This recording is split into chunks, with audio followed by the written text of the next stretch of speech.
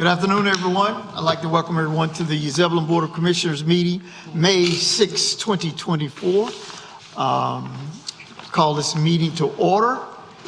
Before we do the Pledge of Allegiance, I'm going to recognize the Zebulon Youth Football team, the Bearcats. Would they all like to stand, please? And they have to have a short thing they're going to read to us. And I understand you want to read something. You can go to the podium right here. Okay, yeah, just Mayor, do you want to wait until it's public comment period for this? we can go ahead. We haven't approved the agenda yet, though. Shall we make a motion to add them to the agenda then and approve the agenda real quick then, Mayor? We can. Okay. We need to pull from consent first. I'd like, shall we do all of the approval? Because I would like Yes, to add the yeah, Bearcats to do it the all at agenda. once. And then, Can we wait? Can we do the pledge first and then do the agenda and any adjustments we're going to make so we can kind of stick to the agenda as it's written? Yes, we can. The Boy Scouts can come and do our Pledge of the Allegiance. Just have-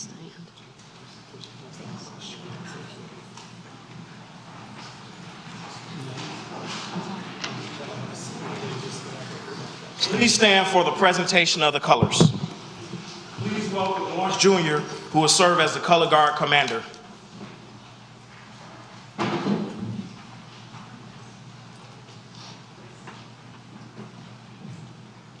Color Guard, advance. Scout salute. Color Guard, present the colors. Color Guard, present.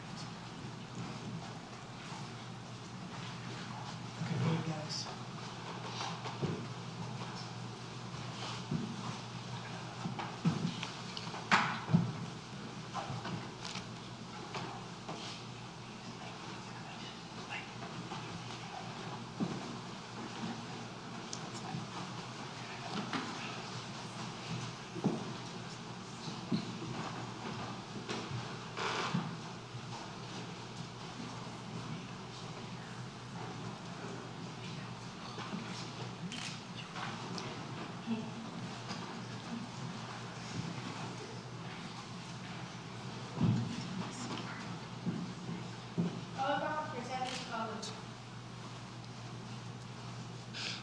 Please join me in saying the Pledge of Allegiance. I pledge allegiance to the flag of the United States of America and to the republic for which it stands, one nation, under God, indivisible, with liberty and justice for all. Color Guard, post the colors.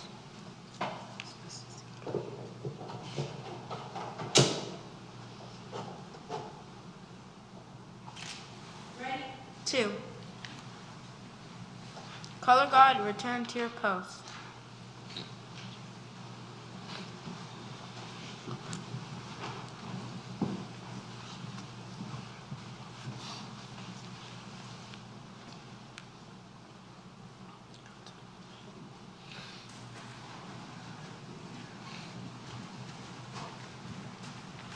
About face. Color Guard, dismiss. Commissioners, the colors are present. Let's give them a round of applause. Thank you.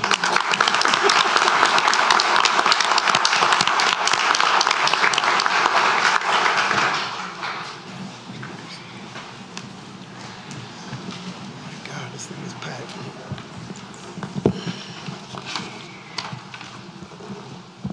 Now we ask for the approval of the agenda. Mayor, I'd like to add the Zebulon Bearcats to the agenda, please. I'd like to pull from You, consent. you also had another one? Oh, Okay. I'd like to pull from consent the letter of support, Wake County Historic Preservation. Okay, that will be added to new business. All right, thank you. Commissioner Davis, Yes, I would like to add travel and training to the agenda. that will be under new business also. Travel and training under new business. Are there any other amendments, adjustments? The letter of, Letter, Wake County Historic. Sorry, thank you. You're fine.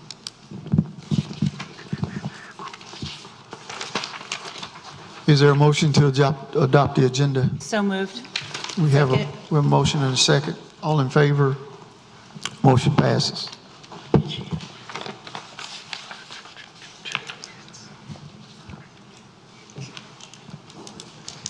We will have, there's also, I forgot, we have East Wake. It's East Wake High School. I think we have East Wake Elementary on the agenda, so that needs to be amended also. First, we will have school recognition. East Wake student can meet me. What?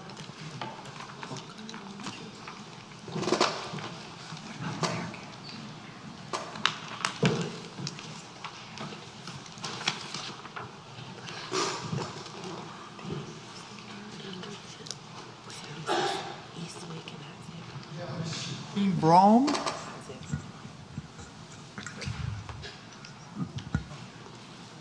East Wake High School, she here? Okay, maybe she'll be here later. We'll do the teacher is Miss Melanie Pierce here.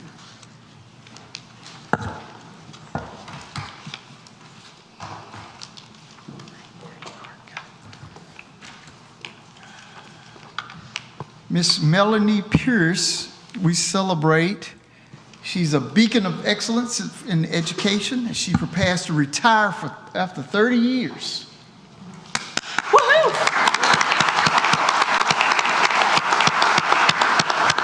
Of dedicated service, she has been an invaluable asset to the East Wake Magnet High School and math teacher, consistently exceeding and meeting state growth measures in math EOC performance. Notably, during the 2023 school year, she achieved over 60% proficiency in Math 3, marking remarkable 10% improvement. Mrs. Pierce's leadership extends to the team and actively contributes to the school's leadership and meetings. However, Mrs. Pierce's true impact lies in her unwavering dedication to her students. Her love for math and the genuine care for her students have left an enduring mark on the school's community. As she embarks on her well-deserved retirement, her absence will be deeply felt, but her legacy will continue to inspire generations. With immense gratitude, we honor Miss Melanie Klein Pierce as the Town of Zebulon staff recognizes our honoree, recognizing her lifetime of service and her dedication to education. The Town of Zebulon recognizes Miss Melanie Klein Pierce, East Wake High School, for her lifetime of service and dedication to education. May 6, 2024, signed by Glenn L. York, Mayor of Zebulon.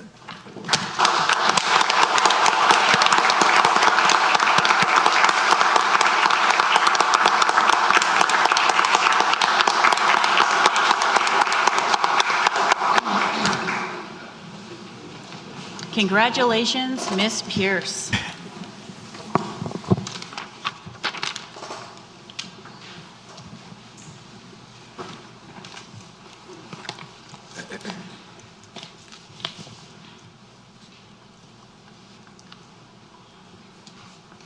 Now we'll Cub Scout Troop 522 recognition.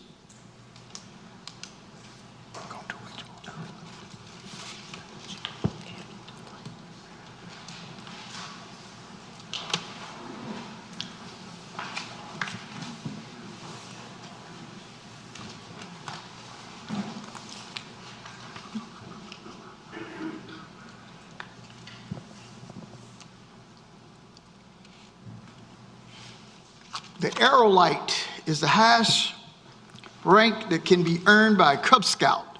The Aerolite is equivalent to the Eagle Scout rank of Boy Scouts. I think we have the following in our audience. Anthony Hubbleson, Brooklyn Mullen, and Lawrence Verdon Jr., and Leighton Jones.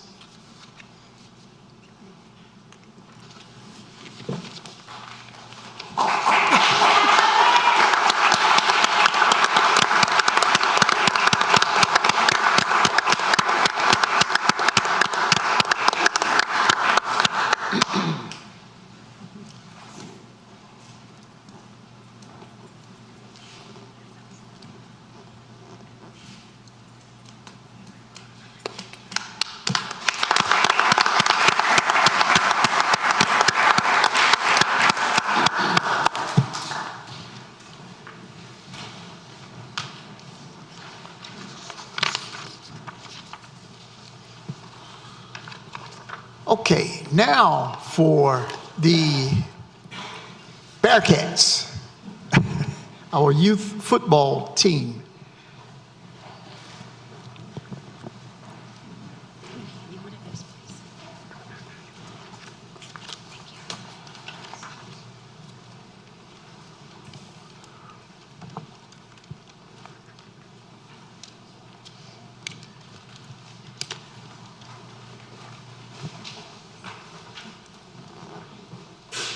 Thank you.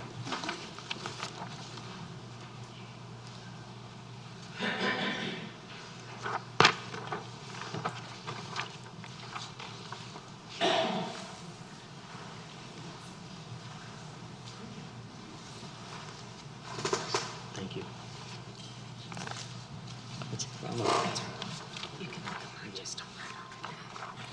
Hello, thank you for this time today so that we can bring our agenda item. Good evening, Commissioners and Mr. Mayor, thank you for having us. My name is Amanda Roa, and I stand before you today with Christy O'Neill as the proud representatives of the Zebulon Bearcats, a nonprofit organization dedicated to fostering the physical and intellectual growth of the youth in our community through American tackle football. At the Zebulon Bearcats, our mission transcends the boundaries of the football field. We believe in nurturing not just athletes, but well-rounded individuals who excel both on and off the gridiron. Since our inception, we have been steadfast in our commitment to providing a safe, supportive, and affordable environment for children ages 6 to 14 to learn and grow through the sport that they love. Tonight, I come before you with a humble request for support. Our organization seeks to further enhance accessibility and affordability for the young athletes of Zebulon. We envision a future where financial constraints never stand in the way of a child's dreams, where every aspiring football player has the opportunity to thrive regardless of their economic background. To bring this vision to fruition, we are seeking financial assistance from the town to fund essential equipment and field usage. Specifically, we are requesting funding for 80 Shutt Vengeance A11 youth football helmets and 80 Tampro youth shoulder pads totaling $16,500. By providing these crucial safety gear items, we can alleviate the financial burdens on parents, ensuring that every child has access to top quality equipment without the worry of affordability. Additionally, we respectfully ask the town to waive the Parks and Recreation field fees. Our practice schedule spans from now until the end of July, during which we hold our camps once a week at a cost of $400 per month. From August to October, we would increase our practice frequency to 3 times a week, resulting in a cost of $1,200 per month. In total, we anticipate a cost of $4,800 for field usage. This gesture would enable us to maximize our impact by ensuring that our athletes have ample opportunity to hone their skills in a safe and supervised environment. Moreover, I would like to highlight our organization's unwavering dedication to academic excellence. Beyond the football field, we prioritize scholastics by offering tutoring and one-on-one homework assistance to all of our players. By nurturing the minds of our youth, we empower them to succeed academically, setting the stage for a brighter future both on and off the field. Members of the Commission, many of you have graciously visited our practices and witnessed firsthand the positive impact we have had on the lives of Zebulon's youth. Your support tonight would not only benefit our organization, but would also serve as a testament to the town's commitment to investing in a future generation. In closing, I urge you to consider the profound impact your support could have on the lives of countless children in our community, especially from those that are at-risk, economically disadvantaged community. Together, let us continue to nurture the dreams of our youth and build a legacy of excellence that resonates for generations to come. Thank you for your time and consideration. I'm going to pass it over to Christy to say a few more words. So this organization is coming about from one of our owners, Derek O'Neill, who started football when he was playing flag football for the Zebulon Cougars. And he stayed in the East Wake Football League till he aged out and continues to play both here and overseas. He also coaches for an international team that brings youth from the States to Mexico, where they have other learning opportunities. They do college tours where they get seen by college recruiters. His biggest goal with this dream of his is to provide mentorship and teach these children the skills of leadership that they can bring forward as they grow and move forward in life as adults. His biggest motto is respect, courage, and pride, which is what he learned growing up playing football through the East Wake Football League, which we were accepted into to start this season.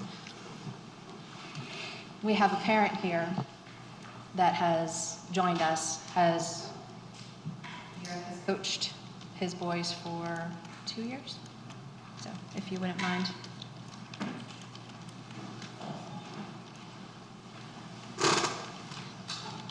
Good evening. My name is Chadwick Williams, and I have 2 grandsons that plays for Coach O'Neill, and my granddaughter wants to cheer. He has a very strong moral goal with the kids. He preaches to them that he wants educated athletes and not athletic students. And everything he puts into it, he's 100% with it. Like I said, I've been doing it with him for 2 years. The boys has been in it for going on 4 years now. And doing the traveling, I work in Durham, North Carolina. I live here in Zebulon. So when I come home, I have to pick them up. And if it was in Nightdale last year, where he was at, and then other years is other places in Bun, whatever. But this team and the coaches they have are very good people. And they try to encourage the kids to make something better out of themselves and just being out here in the streets and running around.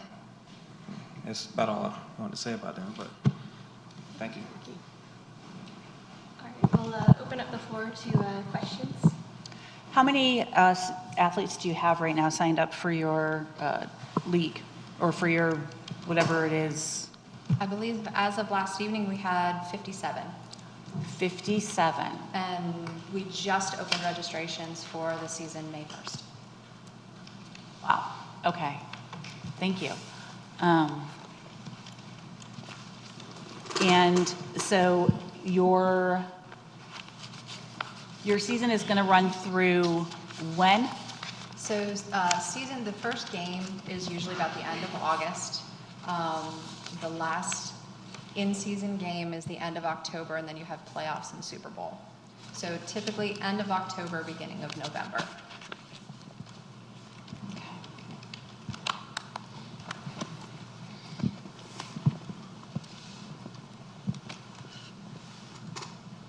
So it sounds like what you've come before us today is with 2 requests. A request for help providing equipment as well as a request for facility use.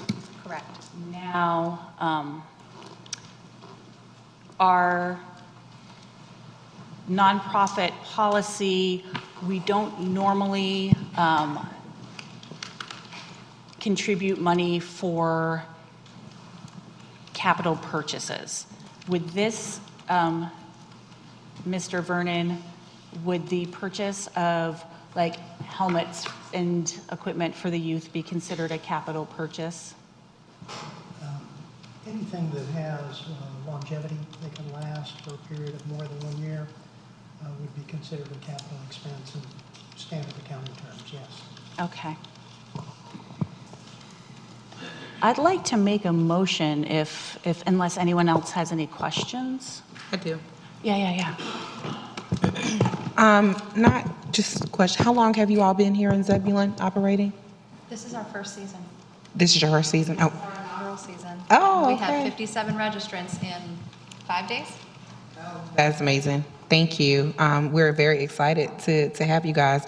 So this will be the first season of you playing in with our players from Zebulon. Correct. Okay. And just for clarity, it says you're a nonprofit. You are a registered 501c3 organization. That's great. Okay. And of the 57 students or kids that you currently have registered, is that co-ed or is it just boys? Or how does that Currently, work? it's mostly boys. We do have some females that are, they were just talking yesterday about trying to find our registration. Okay. All right. Thank you. Any other questions? Comments?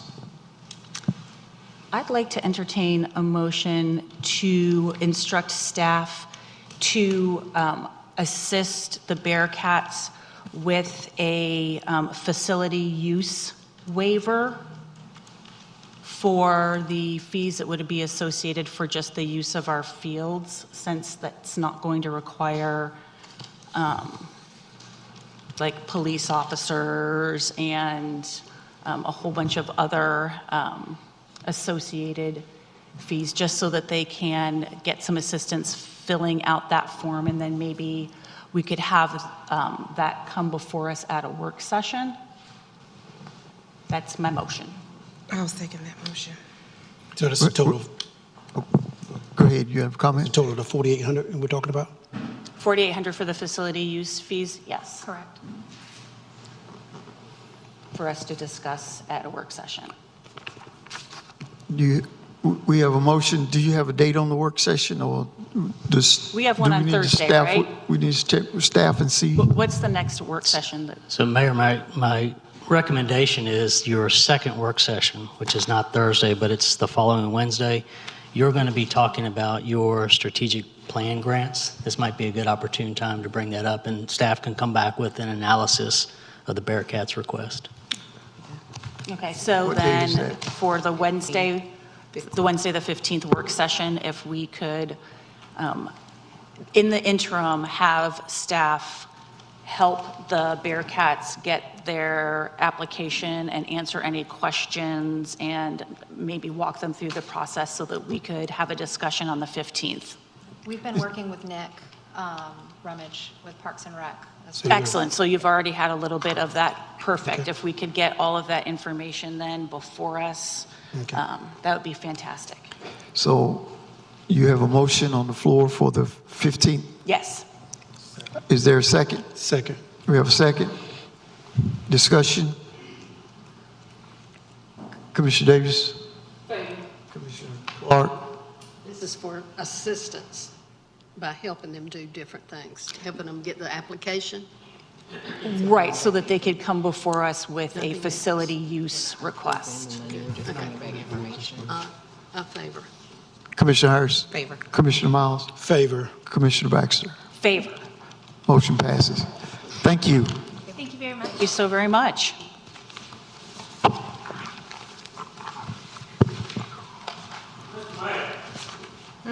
Yes, sir. Please turn the volume up. I can't hear back here. I ain't going down, but I ain't heard nothing yet. Could you please play that? Mr. Joe, have you not heard me? I'm usually the loudest mouth in this room. I heard some of it. Okay. Can we get somebody to help with the volume, please, for Mr. Joe? If everybody will speak into their microphones, it would be really helpful. Okay. Next, we will have the proclamations. Can you hear me now? Mr. Joe? Can you hear me? He's not paying attention. First, we will have the mental health proclamation, and I have assigned some of those to some of the commissioners. Commissioner Davis, would you read that one? Sure. Proclamation of Mental Health Month. Whereas mental health is an essential part of overall well-being, impacting individuals, families, and communities across the town of Zebulon, Wake County, North Carolina, and the nation. And whereas 1 in 5 American adults experience a mental health condition each year, and everyone faces challenges in life that can impact their mental health. And whereas, despite its prevalence, mental health remains shrouded in stigma, preventing many from seeking help. And whereas early intervention and access to quality care are crucial for managing mental health conditions and improving quality of life for those struggling with their mental health, but also their loved ones. And whereas May is recognized nationally as Mental Health Awareness Month, providing an opportunity to raise awareness, combat stigma, and promote mental health and the many available resources. Now, therefore, the Zebulon Board of Commissioners does hereby proclaim May 2024 as Mental Health Month in the town of Zebulon, North Carolina. Furthermore, we encourage all residents of the town of Zebulon to educate themselves and others about mental health conditions, treatment options, and available resources. Challenge stigma by speaking respectfully and inclusively about mental health. Seek help if they are struggling with their mental health and encourage others to do the same. Support organizations that provide mental health services and advocacy. Create safe and supportive environments for open conversations about mental health. Together, we can create a community where everyone feels empowered to prioritize their mental well-being and seek help when needed. Adopted this 6th day of May 2024. Thank you. Next, foster care awareness. Commissioner Harrison. Proclamation, Foster Care Awareness Month. Whereas the youth of North Carolina are our most precious resource and hope for the future, and all children deserve a safe, loving, and nurturing place to call home. And whereas there are approximately 10,150 children and youth in the foster care system and approximately 841 young adults ages 18 to 20 in extended foster care in North Carolina.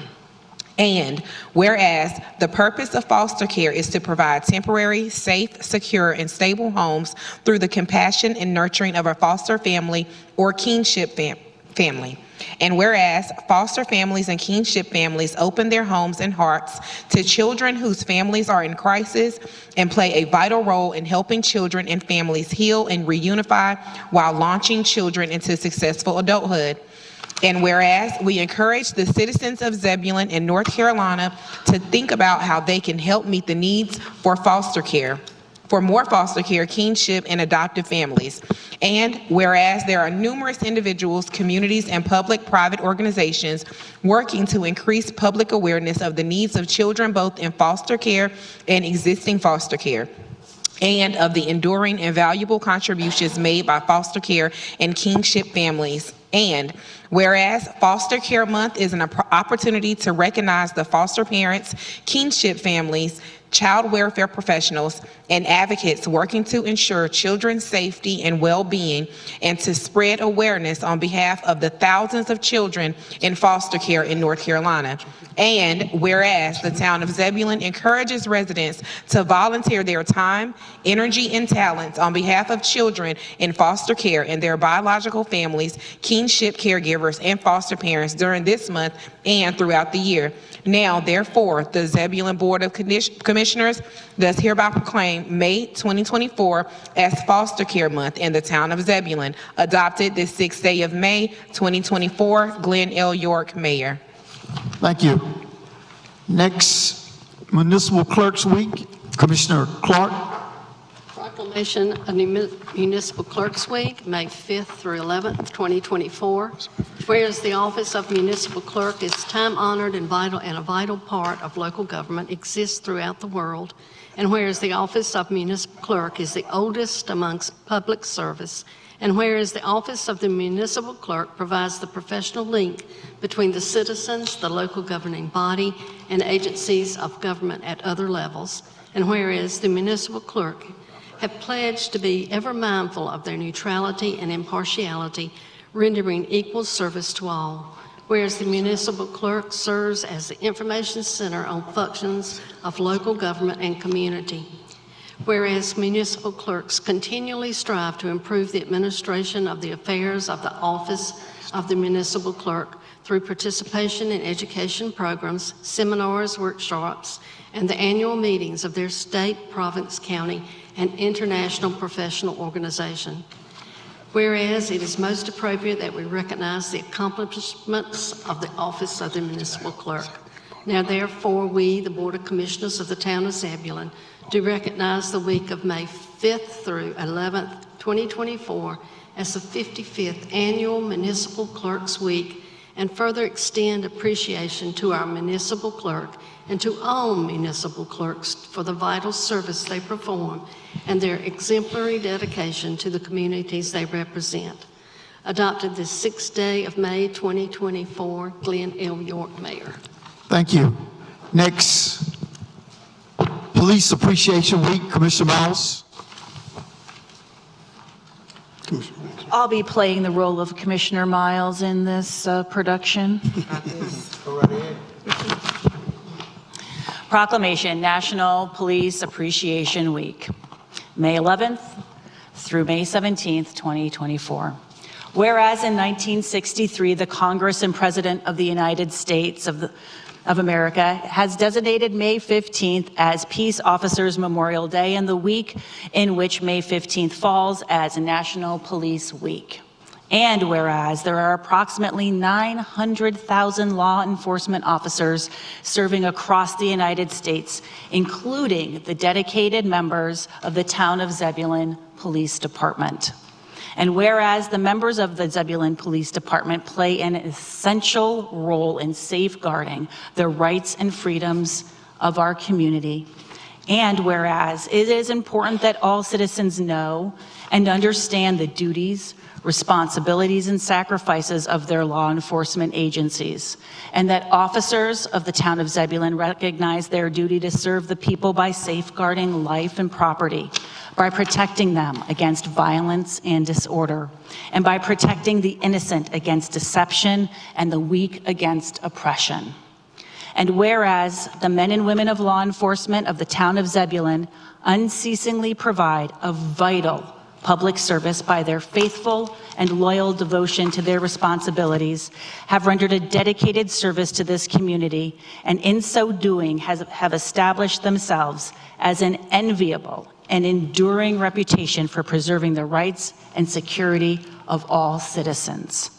Now, therefore, the Town of Zebulon Board of Commissioners proclaims the week of May 11th to May 17th, 2024 as Police Week, and call upon all citizens of Zebulon and upon all patriotic, civic, and educational organizations to observe May 15th, 2024 as Peace Officers Memorial Day, in which people may join in commemorating law enforcement officers past and present who have made the ultimate sacrifice in service to their community or have become disabled in the performance of their duty. Adopted this 6th day of May, 2024. Thank you. Public Works. Proclamation, National Public Works Week. Whereas public works professionals focus on infrastructure, facilities, and services that are of vital importance to sustainable and resilient communities and public health, high quality of life, and well-being of the citizens of Zebulon. And whereas those facilities and services could not be provided without the dedicated efforts of public work professionals. And whereas those individuals build, operate, maintain, and administer the streets, sidewalks, stormwater infrastructure, solid waste, and recycling collections, public buildings, and other structures and facilities that are vital to the citizens of Zebulon. And whereas it is in the interest of the public for the citizens, civic leaders, and children to continue to gain information and to understand the role of public works plays in the town of Zebulon. And whereas 2024 marks 64 years National Public Work Week, now therefore, the Board of Commissioners of the town of Zebulon joined the American Public Works Association in recognizing the contribution of public work professionals to health, safety, and quality of life in Zebulon. The Board of Commissioners all encourage all residents to the Zebulon to thank the public work professionals for their continued dedication and hard work to this community. We, the Board of Commissioners of the town of Zebulon, proclaim the week of May 19th through May 25th, 2024 as National Public Work Week, adopted this, the 6th day of May, 2024. Thank you.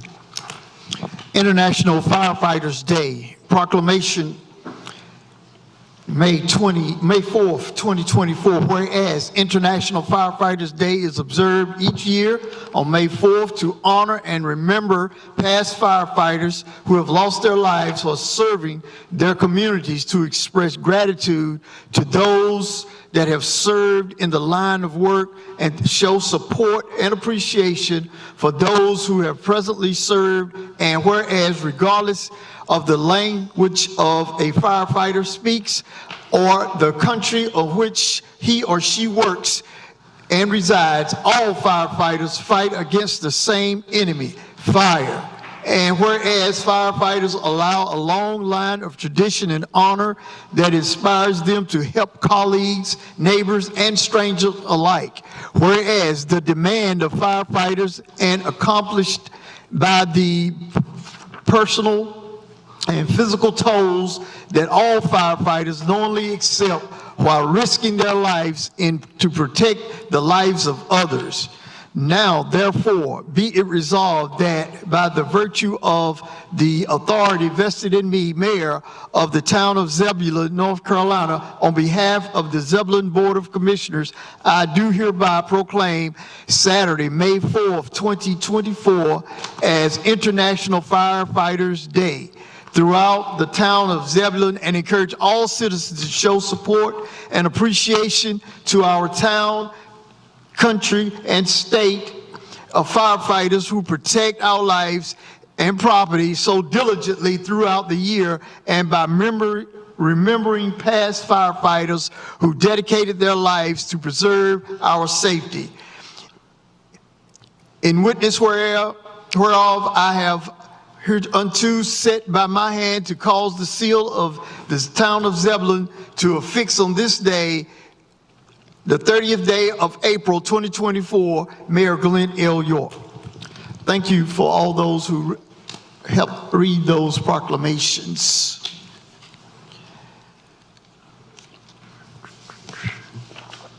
Next, we will have public comment. Is anyone signed up for public comment? No, sir. Do we have any emails regarding public comments? No, sir. He was supposed to. Okay. I think the Boy Scouts forgot to sign up on the proclamation. I mean, on the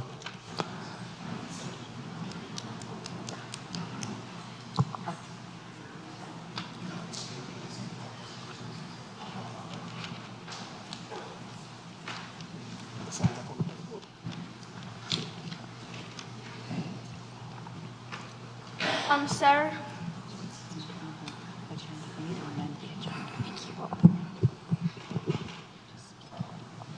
On Saturday, November 11th, 2023, Cub Scout Pack 522 performed a flag retirement ceremony for the town of Zebulon. This event was a huge success and great event for the town, as well as for scouting, as it was highlighted on ABC 11, East Wick Television, and the town of Zebulon's media site. Cub Scout Pack 522 would like to thank you all for your support and present a keepsake token of appreciation for your participation. It reads, on the front, it says Flag Retirement Veterans Day 2023 with the American flag, Cub Scout Pack 522, Zebulon, North Carolina. On the back, it reads, This engraving contains ashes from United States flags retired November 11, 2023 in Zebulon, North Carolina, in accordance with U.S. Code Title IV, Section 8.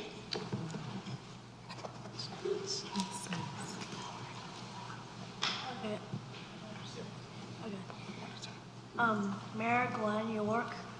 Do I bring it up to you, or you can?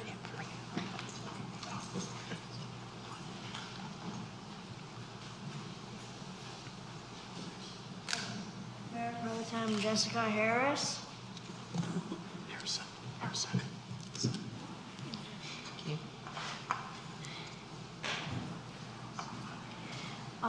Commissioner Quinn Miles. Commissioner Shannon Baxter.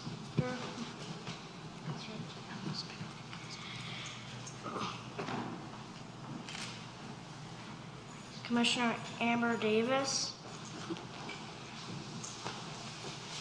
Commissioner Larry Laus.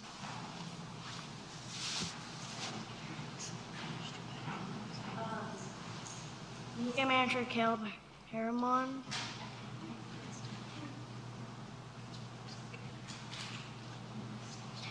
Zebulon Police Department. Fire Department.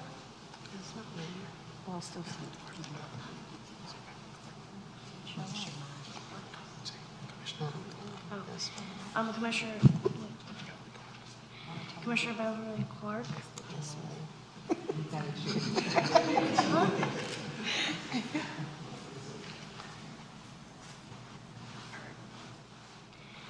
Media Manager.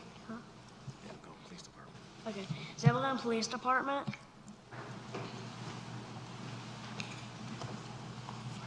Zebulon Fire Department.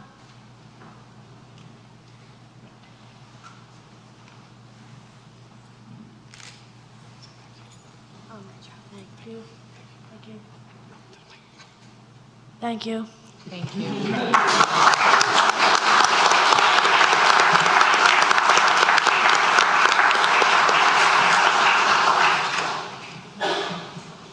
Thanks for continuing to be awesome, Troop 522.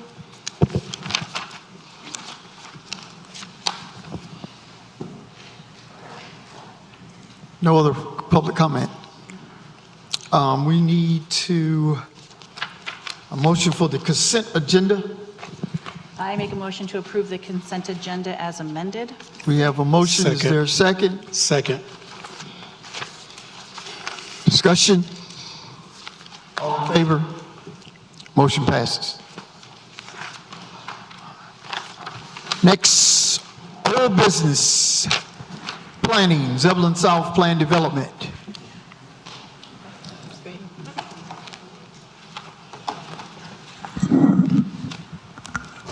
Director Clark. Good evening, Mayor, members of the board. Tonight, we continue the discussion regarding the Zebulon South Plan Unit Development. As you may recall, it is a plan unit development request for approximately, well, for 320 units. It would be ordinance number 2024-39. Once again, as with all decisions, it all comes down to the standards that are applicable within the Unified Development Ordinance. The standards in this scenario is section 2.2.25J, and they are as follows: that the proposed development is consistent with the health, safety, and general welfare of the public, that the proposed request and the uses therein are appropriate for the location in which it's to be placed, that the request is reasonable and in the public interest, and then other relevant factors. These would be things that would be tied to your comprehensive land use plan, transportation plan, parks and recreation plan, as well as the 2030 strategic plan. And then because it is a plan development, finding that the proposed request is better than the strict interpretation of what would otherwise be permitted under the Unified Development Ordinance, and that's per section 3.5.5 of our UDO. Once again, to provide a little bit of background, this location is just south of the solar farm and has frontage on both South Arundel as well as South Wakefield Street and a little bit on Pulley Gordon Road. The applicant is Deacon Companies, and the attorney's here to talk a little bit more about the applicant team. There are several property owners, and I believe one of which is going to be speaking tonight as well. The property address is 751 South Wakefield Street, 700 South Arundel, and then 0 South Wakefield Street. The acreage is just over 116 acres. The current zoning is both R4 residential zoning as well as R2 residential zoning. R4 is approximately 4 units per acre, and R2 is approximately 2 units per acre. These are the base regulations on what somebody could do without coming in for a planned development or a conditional zoning. As you recall, the applicant is requesting to change this to plan unit development to create greater flexibility in not only the product type, but also the design and characteristics different from what would otherwise be required under strict interpretation of the UDO. The future land use plan, I want to kind of park on this for a moment. The future land use plan calls for a portion of this to be suburban residential and a portion to be general residential. These land use designations were created a couple years ago as part of our comprehensive land use plan update. It's worth noting that these designations weren't created at the whim of the staff or even the opinion of the elected officials that were in place at that time, but they're reflective of or from substantial public engagement that actually spanned multiple months, both in person as well as virtual, as we tried to navigate the COVID restrictions. Ultimately, this did go before the Planning Board and then went before the Board of Commissioners as well as the Planning Board for a joint public hearing, and then was approved by the Board of Commissioners for these land use designations in this particular location. The concept plan, as I noted, it's going to be 320 units, and it's a combination of both single-family, detached, and townhome product. It is 5 different residential product types, and this is important because this creates diversity of options within the development.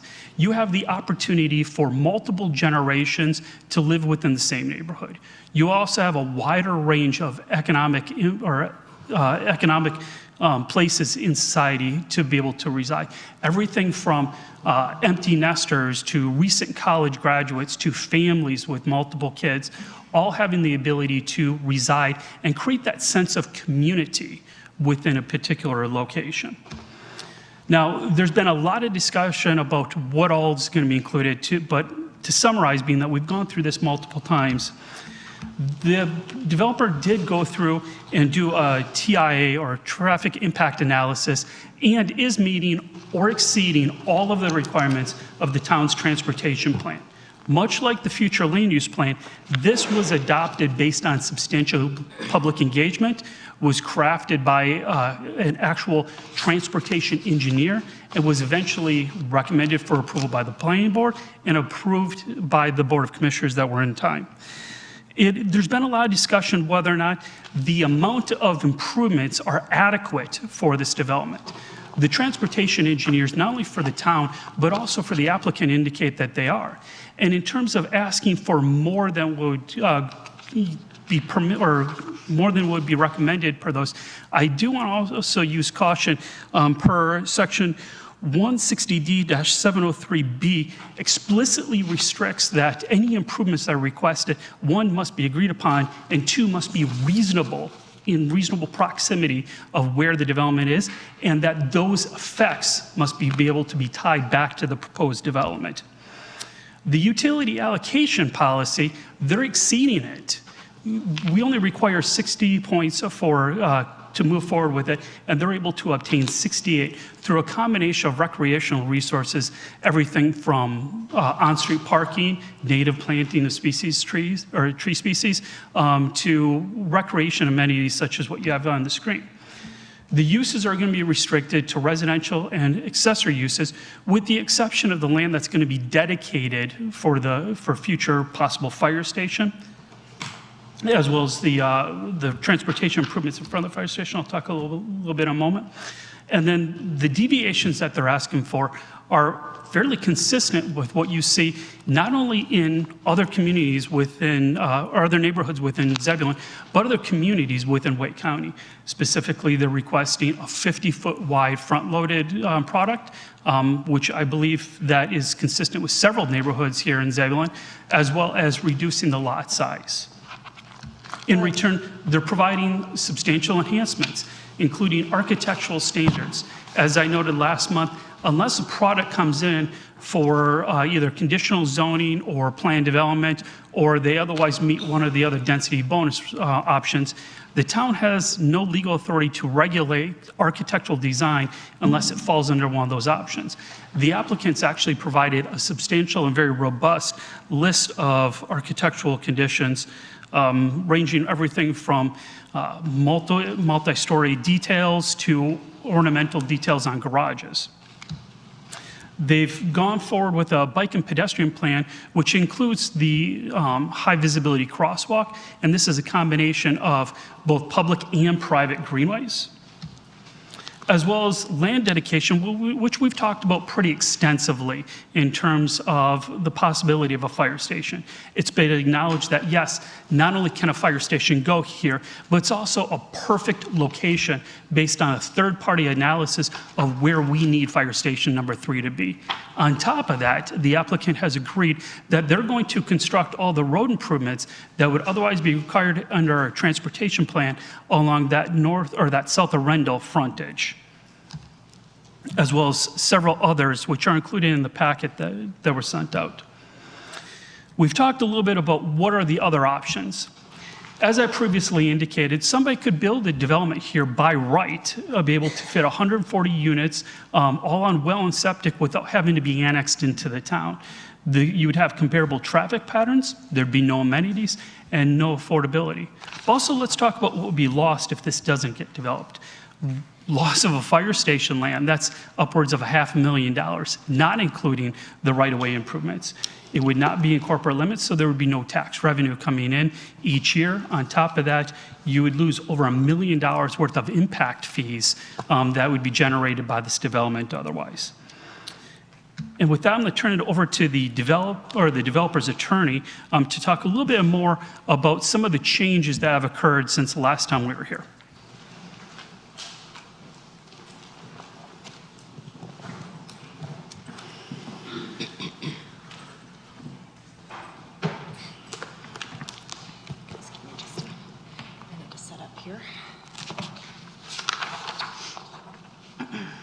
I'm sorry, Ms. Terrazas, I need to ask a question before we continue. Absolutely.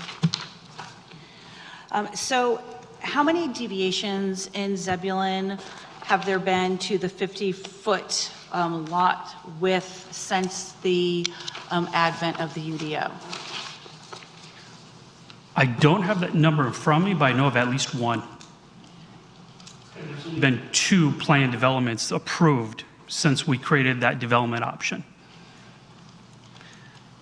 And when we talk about the substantial public engagement for the land use designations, exactly how many residents participated in that? I don't have those numbers in front of me directly, but I know that we had a very large turnout initially for the kickoff meeting held at Wakefield Central Baptist.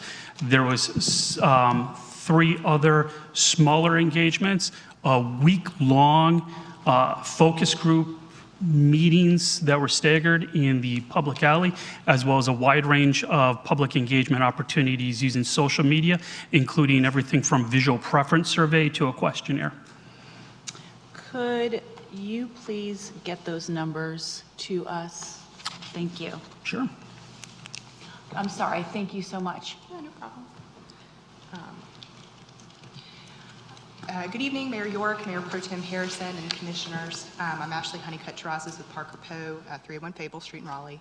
I'm joined again by Rob Rudloff with Pulte Homes, the home builder for this proposed project, and Jerry Honda from DB Development, the applicant, Beth Blackman, civil engineer for the Timmons Group, and then Jeff Hockenottle, our transportation engineer down there, from the Timmons Group here as well. We're happy to be here to talk about this future. Could you speak? Could you speak into your mic? We I'm can't sorry. hear you. That's okay. Can you hear me? Our team we're happy to be here to talk about this future residential neighborhood that we've been planning for quite some time to be consistent with the type of residential growth that the town has planned in the UDO and in the comprehensive plan for the next phase of housing in an area designated for residential growth on Zebulon's future land use map. And we've gone over many of the details of those plans at the joint public hearing back in February, went over them again with the planning board in March, and again with the board last month, and have made lots of changes to the plan since the joint public hearing and after that in the subsequent meetings that we've been reviewing this. In response to additional feedback that we've received from the board, the planning board, the fire chief, and the design consultant hired by the town. And tonight, our plan is for Rob to quickly go over some of those high-level details again. I know that'll be just a little bit of a review for the board, since we have talked about this before. There were some questions about public utilities that we've heard, so Beth is going to give a quick overview of the plan for public utilities. We also heard some additional questions from the board about the traffic impact analysis process and findings, and we thought it might be helpful just to kind of walk through, for Jeff to walk through a few more of the details on that. And I'll just hand it over quickly to Rob from Pulte to go over, again, the plans and Pulte's vision for this neighborhood.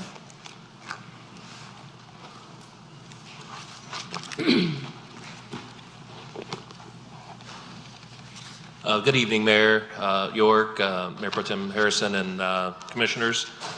My name is Rob Rudloff. Happy to be up here in front of you guys again with Pulte Homes. The last time I was here, I spoke briefly about some of things we're excited about in this community, and I'll try to keep my comments brief again. I think last time I mentioned, our goal, or I guess vision or purpose for Pulte is to build incredible places where people can live their dreams. And, we build communities all over the Triangle, Raleigh, Durham, Apex, Fuquay, Cary, just to name a few, Wendell more recently. And this will be our first community in Zebulon, but we're very excited about it, and we certainly hope that it won't be our last. We know that we have a great community planned here, and I think part of what we do when I think I told you we like to build incredible places. Well, part of the way we do that is through our homes. This community has some of the most robust architectural conditions that I've seen. For a project that we've rezoned, so the town should rest assured that they're going to get quality homes, as will our future residents, but also through the community itself. That's the other way that we build incredible places, and just want to maybe go through and talk about some of those amenities as well. How do we go? Next slide. All right. So we have several different things that we're proud of in this community, and one of them is just how walkable and family friendly it is. We've got multi-use paths, sidewalks, private trails, public greenway connection, plenty of guest and on-street parking, and dog waste stations. A lot of these were things that commissioners engaged with us and asked us for, and some were from staff, but we do feel like they'll all contribute to making this a wonderful community.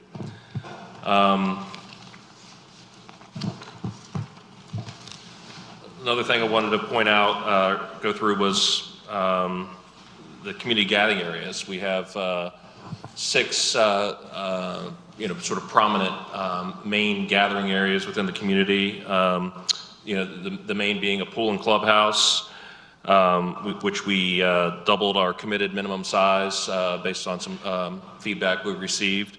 Community fire pit, pollinator garden, a large dog park, a larger playground and tot lot. We have an athletic field where people can play soccer, throw a ball, things like that. Mobile vendor spaces with electrical hookups for food trucks, with covered seating and grills. And then, at the joint public hearing, we did hear some comments about having some amenities for older kids and teens. So we did add some yard games and an exercise station that we thought would be suitable for that. And then on here, this final slide, this is probably new and maybe something that you guys haven't seen previously, but this is some of our other communities and some of the amenities that we built in those communities. Just wanted to kind of give you guys a feel for the types of things that we have built in the past and would look to build here as well.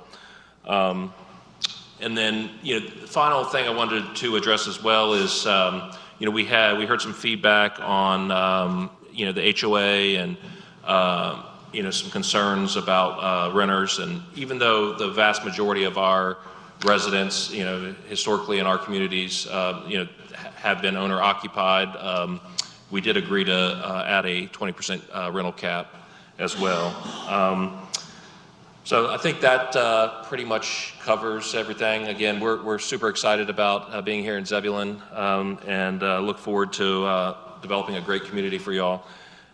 Thank you for your time and the staff who have worked with us over the last 2 years now, working on this project, and for the commissioners who have engaged with us as well. We really appreciate that. And I'll turn it over to Beth, who can talk a bit about public utilities now.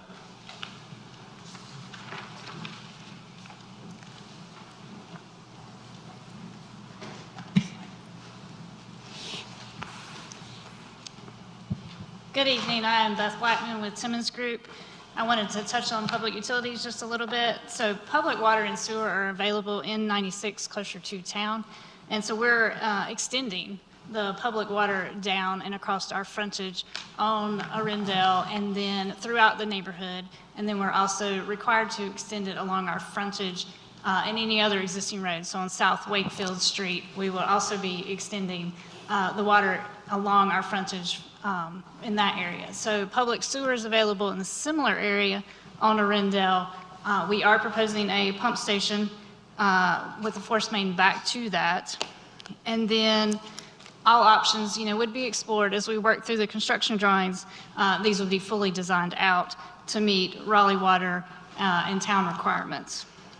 So regarding kind of the other utilities like natural gas, high-speed internet, telephone, so those service providers reach out to developers when new neighborhoods are coming, and they, they're the ones that make those extensions if it's beneficial to them. So they're looking for a neighborhood that has enough density to cover the cost of them extending. So they would be responsible for extending natural gas, internet, telephone, and et cetera into these neighborhoods. But they reach out to us all the time about new neighborhoods that are coming because they want to expand their service area.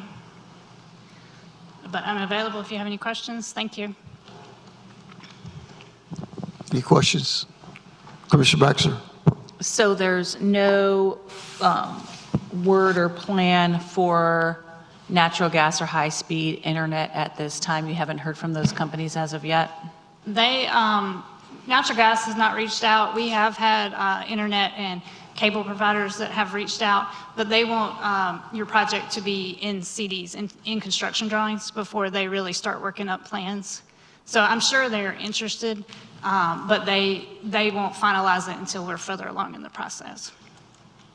And that's not something that we design as part of our construction drawings. That is up to the service providers. They're very protective of their systems. Is that typical? That is very typical, yes.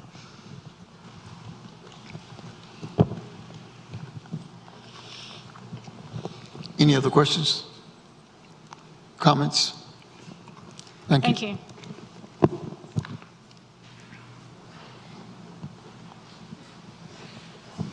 Thanks, Beth. And Jeff is going to come and run up through the TIA and the findings. That traffic impact analysis is required under the UDO for this type of development, and it follows nationally accepted NCDOT standards to determine the anticipated traffic impacts of the project, and then based on those impacts, whether any improvements are needed to mitigate impacts to keep roads and intersections operating acceptably under NCDOT standards. That's important. Michael mentioned statute, but the zoning conditions and site-specific standards in a conditional zoning are limited to those related to conformance with ordinances, adopted comprehensive planning documents, and those that address impacts reasonably expected to be generated by the development of the site.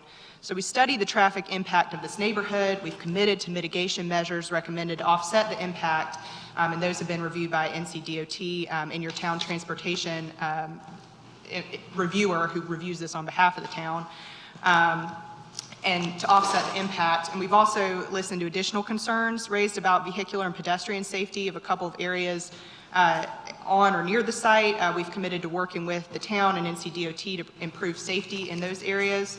And that's been feedback that we've gotten through this public process that we've been in since February. And these would normally be projects that would be funded by the town, but the private developer has committed to work on these improvements. Plus, additional projects and road improvements can be funded by the hundreds of thousands of dollars in taxes and transportation impact fees generated by this development. But I'll let Jeff go ahead and discuss the TIA process and findings, and if anybody has any questions for him, I'm sure he'd be happy to answer them. Ashley stole most of my thunder, but that's fine. My name is Jeff Hokenall. I work with Timmons Group. I've been doing this for about 25 years now, working on traffic studies and various traffic engineering documents. Kind of give a little bit about the process. The first step in the process is we go and meet with the NCDOT in the town to discuss the specifics of the project, the off-site intersections, if there are any approved area developments. We talked about ambient growth patterns. We talk about trip distribution percentages and things of that nature. All that's agreed to in that scoping meeting. We memorialize that in a document and send it in for their review and approval. Just to kind of give you an overview of this study, we looked at traffic distribution percentages. We looked at a 35% distribution onto Wakefield, and we looked at a 65% distribution onto Arundel of site trips to and from the site. That's based on existing traffic volumes. After we did the traffic counts, we actually used that. We have a similar land uses in the area, so we didn't think that this development would change any of that those travel patterns. When you have, let's say, a mall or something like that, a regional draw, that will change area traffic patterns. But since we've got residential in the area, we assumed that was going to be a similar pattern to what's currently going on. We conducted traffic counts, like I said, while school was in session. During April, during a standard, I can't remember if it's Tuesday, Wednesday, or Thursday, but we don't ever count on Monday or Friday. School's in session, we verify that.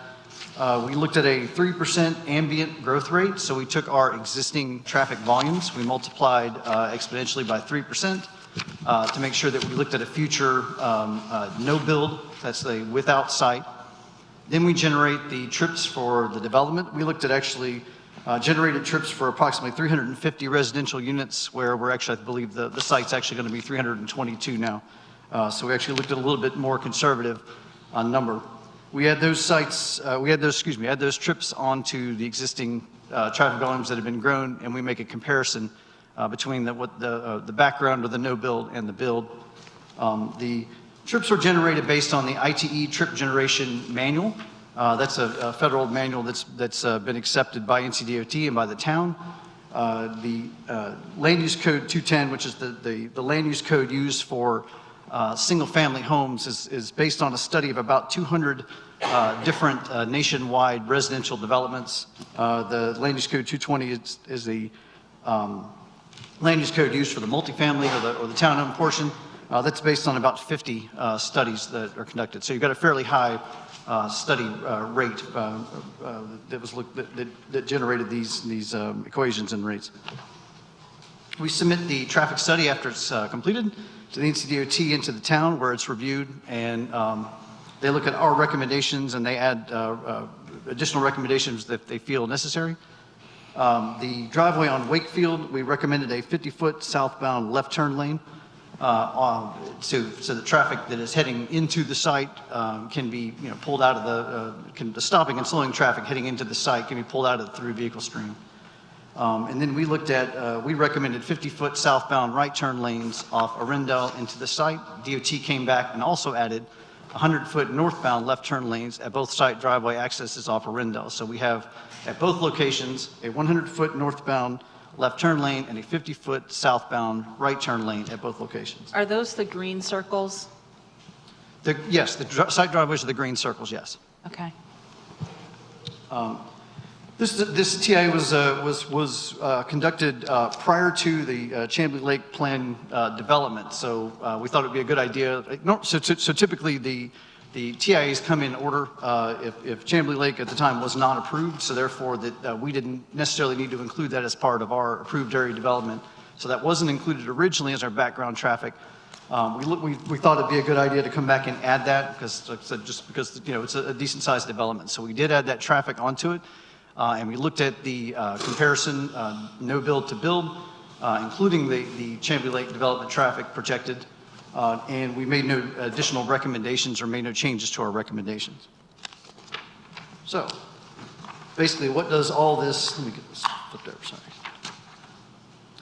What does all this basically mean in a nutshell?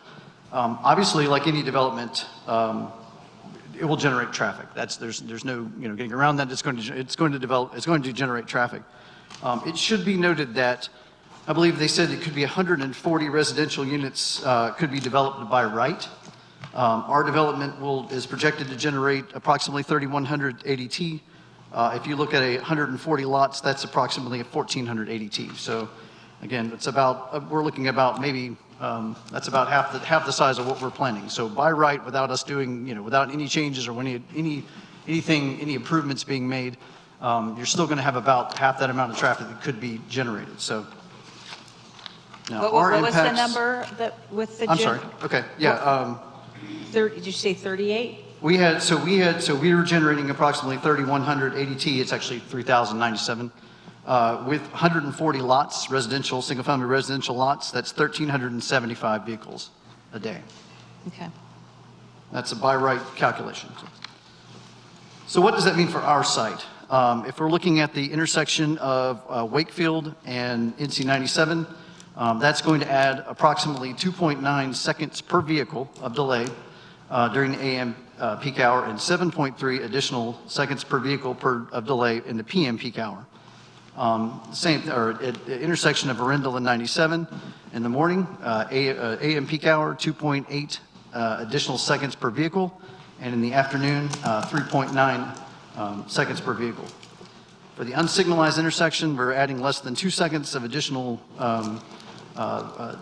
seconds per vehicle of delay during the AM peak hour and approximately somewhere around 5 seconds or better additional seconds when turning at Barbie Street and 96. And then for the intersection of Perry Curtis and 96, which is another intersection we analyzed, it's less than 1 second per delay or second per vehicle of additional delay at that location.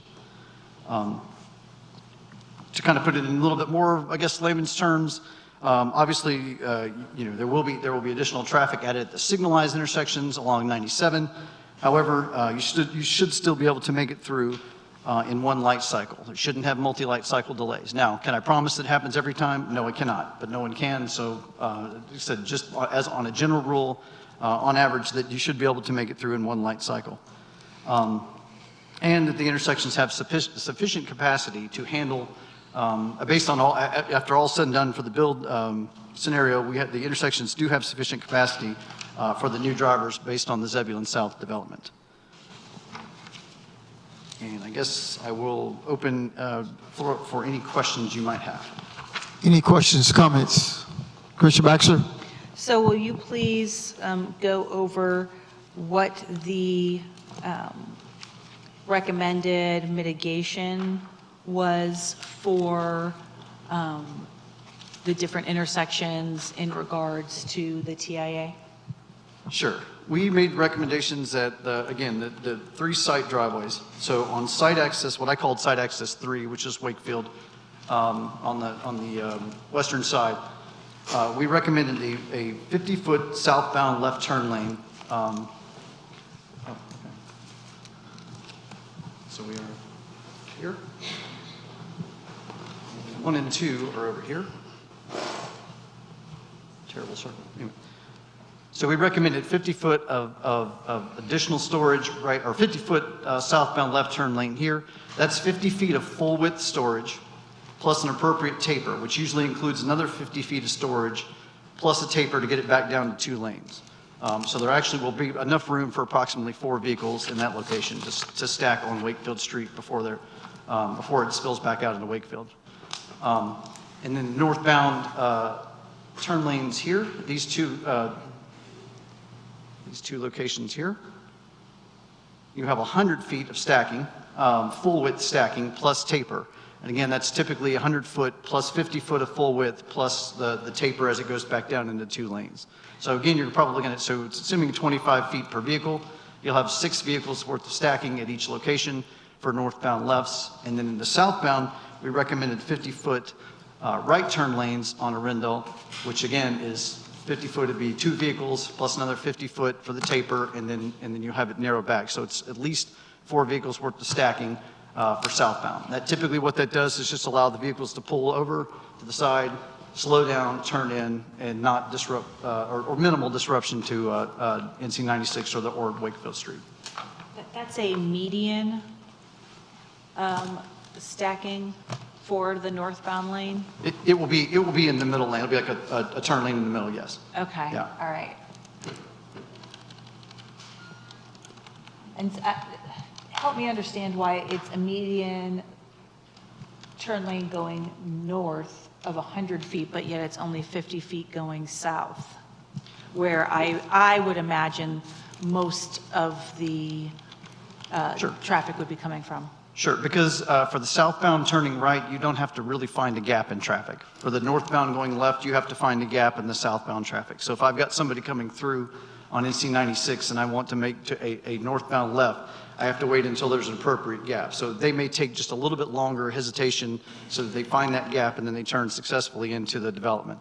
As opposed to a right turn lane, well, they will typically, you got to scooch over in the right lane and then they make the turn as long as there's nobody turning from the left. So you need less storage for a right turn lane because you don't have the opposing vehicles you would for a northbound left. For scale, is that lane going to go down to Perry Curtis, or is it going to terminate before Perry Curtis? With the site plan, I believe we're going to go down towards Perry Curtis. To Perry Curtis, okay. I'm not sure if those circles are drawn exactly to scale. So someone could take a right onto Arundel from Perry Curtis and immediately enter into the leftbound turn lane? Yes, they could. Okay, I'm just trying to understand because I haven't seen the pictures close up with that turn lane added. Thank you.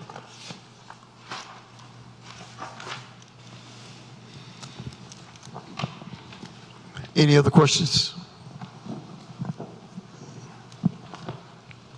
Thank you.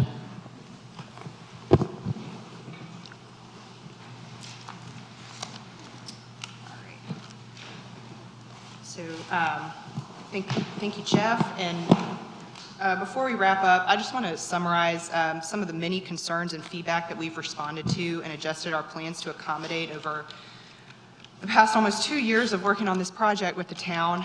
It's not an exhaustive list, but as you know and can appreciate, we spent a lot of time and energy and tried to spend a lot of thought to propose a great neighborhood that reflects town goals and policies listed in your comprehensive plan and listed policies on planned developments in your UDO. So we spent many months working with the town staff, planning staff, transportation, engineering, and civil engineering plan reviewers who work on behalf of the town, other technical reviewers, your fire chief, the commissioners and the planning board members to plan this neighborhood that will again reflect the new policies, and most of the large residential developments being constructed today were approved before 2020 under that old special use permit process. I think Michael mentioned before there's been 2 planned developments approved since the new UDO took effect, one in 21 and then one last year. So again, starting with the initial pre-filing neighborhood meeting back in 2022, residents on Wakefield Street didn't want houses behind their property, so we incorporated that request into our design and put open space and amenities back there. We worked very hard with planning staff to make significant architectural commitments that will ensure the homes built here are high quality, they look good, and will command a higher price points that attract businesses and commercial investment. We added the Greenway connection to the project at staff's request from Arundel over to Wakefield Street. This connection is shown over on the solar farm just to the north of the site on the CTP, but we brought it down to our site. We increased the number of amenity areas and amenity area commitments, added amenity area layouts to the plans to show how the amenities would fit in each area, In response to staff and board questions about that, we also added additional amenity commitments per the board and planning board requests, such as the mobile vendor parking with covered seating, the outdoor grill, play lawn, pollinator garden amenity, yard games, and most recently we heard a concern that's in some neighborhoods in the town that have a community pool. That pool is not large enough. So Commissioner Baxter, thank you for bringing that to our attention. And we went ahead and doubled our minimum committed pool size. And then we also, in response to some of this feedback from the planning board, added some commitments to exercise equipment along the trails for that active recreation element, dog waste stations, a central school pickup, bus pickup location. It'll have bike racks, a trash can, shelter, seating for the neighborhood kids. And these were all board and planning board requests. Modified the street design throughout this process and have substantially increased the amount of guest parking provided to over twice the minimum UDO requirement in response to staff and board concerns. Made the street design more multimodal friendly with behind the curb multi-use paths on the main connector road on both sides of the street. Made a big layout change earlier on in the process before we even got to the joint public hearing in response to staff and your town civil engineering reviewers' concerns about the proximity of the connector street to Perry Curtis. So we flipped the layout again to pull that road away from Perry Curtis and make sure that there was sufficient room there. We lost density to do that, but we did not want to bring you a neighborhood design where your town plan reviewers were expressing safety concerns.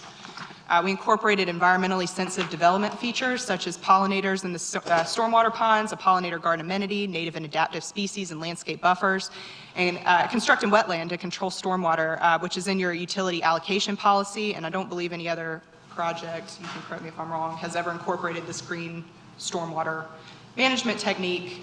Mike's over there thinking. Okay. We're also planning over 50% open space and a 15% tree save on site. And in coordination with your staff, we offered to dedicate a 2.5 acres of this land for a fire station in southern Zebulon. The board wanted to be sure that fire station would fit in this location and also wanted flexibility to use the land for something else if decided by the board. So we added that use flexibility and committed to donate this land to the town no matter what. It will never revert to the developer, as is commonly seen in land dedication zoning conditions. We worked with your fire chief and the design consultant that the board hired to analyze whether a fire station would fit on the parcel. And then we incorporated the additional flexible design standards for this land, as well as commitments requested to install all the road improvements on the parcel and to stub public utilities to the parcel at their request, again, making this parcel development ready for the town and saving the town hundreds of thousands of dollars in land and development costs. And again, I just wanted to note that we had this meeting with the fire chief and the design consultant and made these changes after the planning board made its recommendation. And they had to make their recommendation in March per statutory requirements about the amount of time that the planning board had to make a recommendation. So they did not have the full information about the fire station fitting on the parcel and then all the additional commitments that we made related to that parcel. We also heard a concern from this board about the HOA's voice during the community build out. So we added the HOA advisory board. At first, it was only one member per phase. And when we went to the joint public hearing, we heard it needed to be more. So we added that to 2 members at every phase. We heard a concern from the planning board when they made their recommendation at their March meeting about the UDO deviations related to the side setbacks for the single family detached and then the driveway length.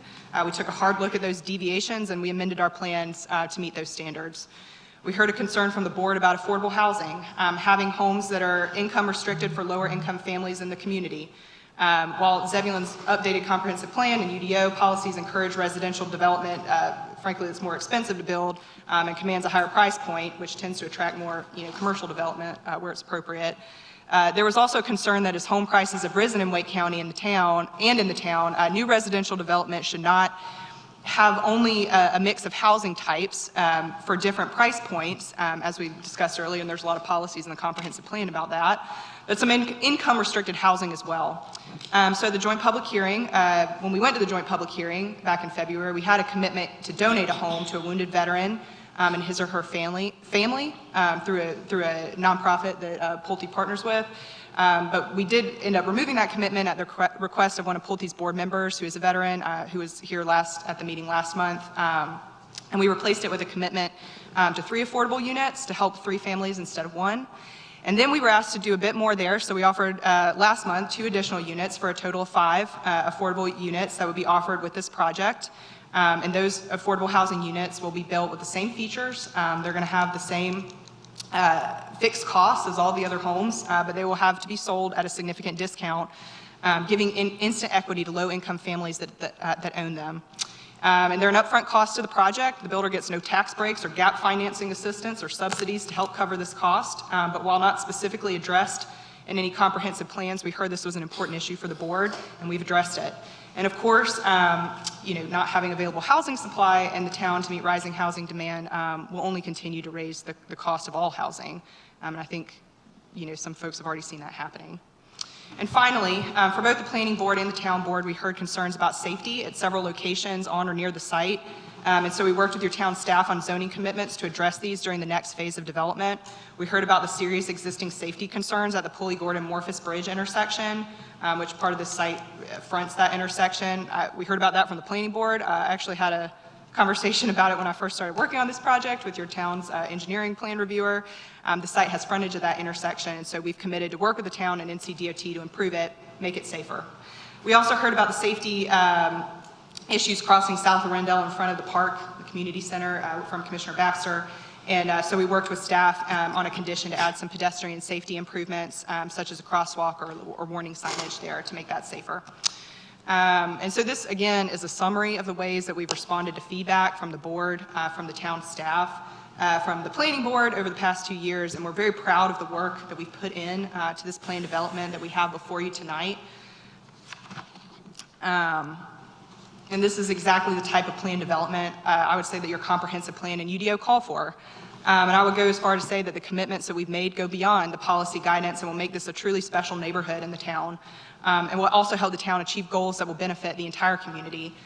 So again, as we've discussed before, it's in an area marked for general and suburban residential growth, which calls for plan developments like this one. Hiring quality residential homes very close to the core of downtown Zebulon, which I know that the board has been trying to support. More rooftops, more people passing those businesses means more customers to support what are mostly small businesses in downtown. Also very close to the community park, smart to locate residents near the parks to support the park and to be able to, some folks can reach the park without driving. Environmentally sensitive development techniques, pollinators, native and adaptive species, commitments to reduce home prices for income qualifying families, giving them instant equity. Part of a very important, I didn't talk much this time about that, but during the joint public hearing, it's part of a very important road connection from 96 to Wakefield Street that's prioritized on the Wake County's Northeast Area Study Transportation Plan, and will help improve. It's not just on the CTP, it's also on that plan as well. And this will help improve connectivity in the area.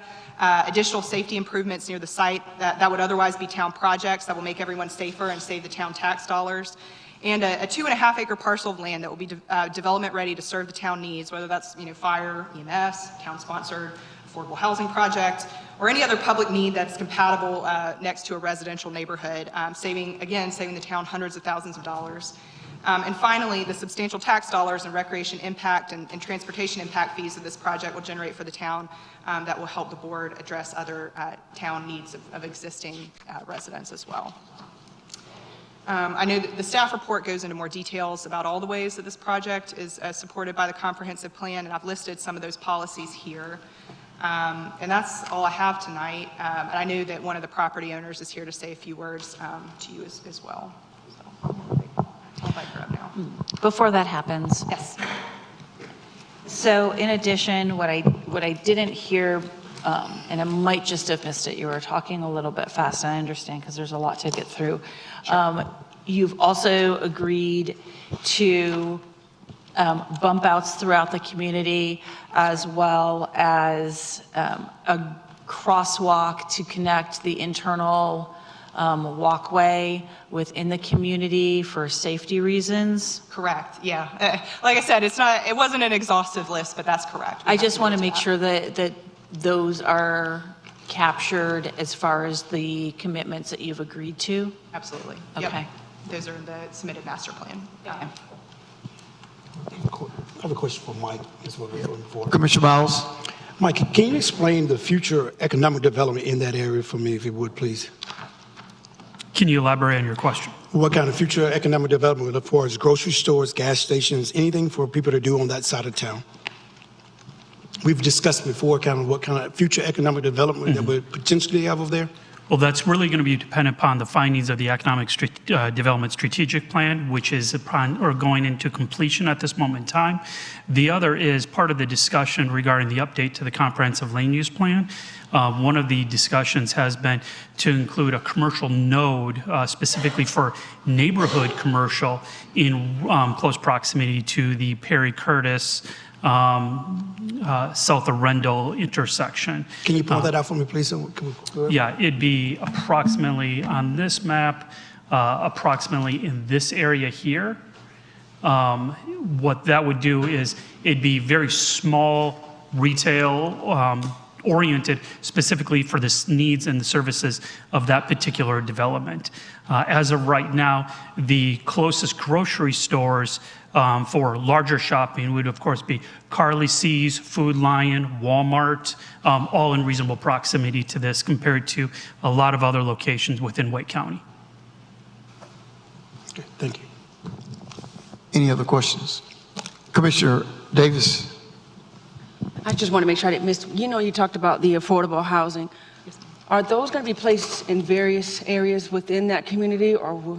That's right, and that's in the text of the commitment. I heard that concern as well, again, throughout this process, that the affordable units, thank you, Commissioner Harrison, that those not be located, kind of all in one building. This is the affordable area. They have to be in different buildings on different streets, is what the text says. Thank you. Any other questions, comments? You had someone that wishes to speak. One of the property owners did wish to address the board this evening.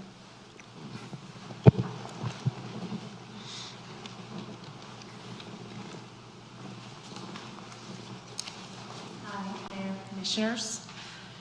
My name is Gina Temple, and I stand before you today with a mix of emotions as I address the future of a place deeply intertwined with my family's history and identity.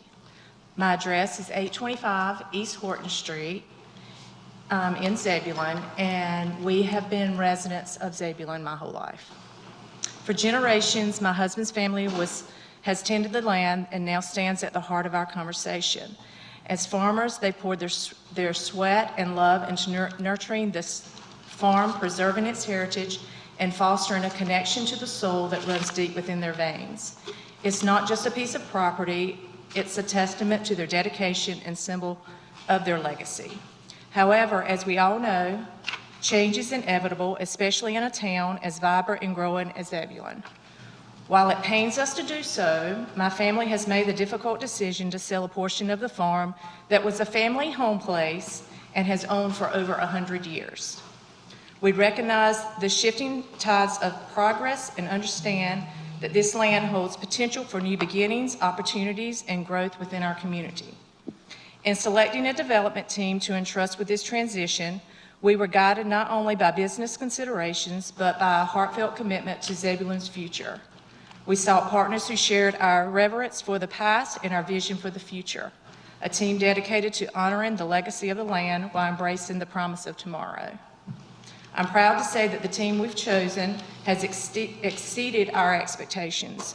They've demonstrated a genuine dedication to collaborating with the town and have crafted a proposal that goes beyond mere development. It's a testament to their respect for our community and the commitment to enhancing its fabric.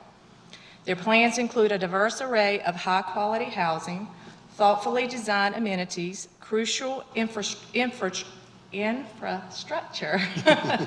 improvements, and even a generous donation of 2.5 acres of land for public use, a fire station or other community asset without expecting any reduction in price. This project isn't just about buildings, it's about building a community, a vibrant, inclusive, and sustainable neighborhood that honors the past while embracing the future. It's about creating spaces where families can thrive, where memories can be made, and where the bonds of community can grow even stronger. As someone deeply rooted in Zebulon's soul, I wholeheartedly support this project and the vision that this team has brought forth.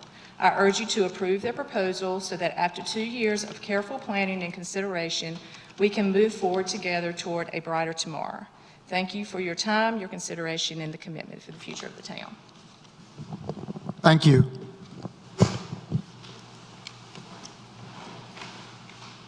Wrap things up, to reiterate something that the applicant's attorney indicated.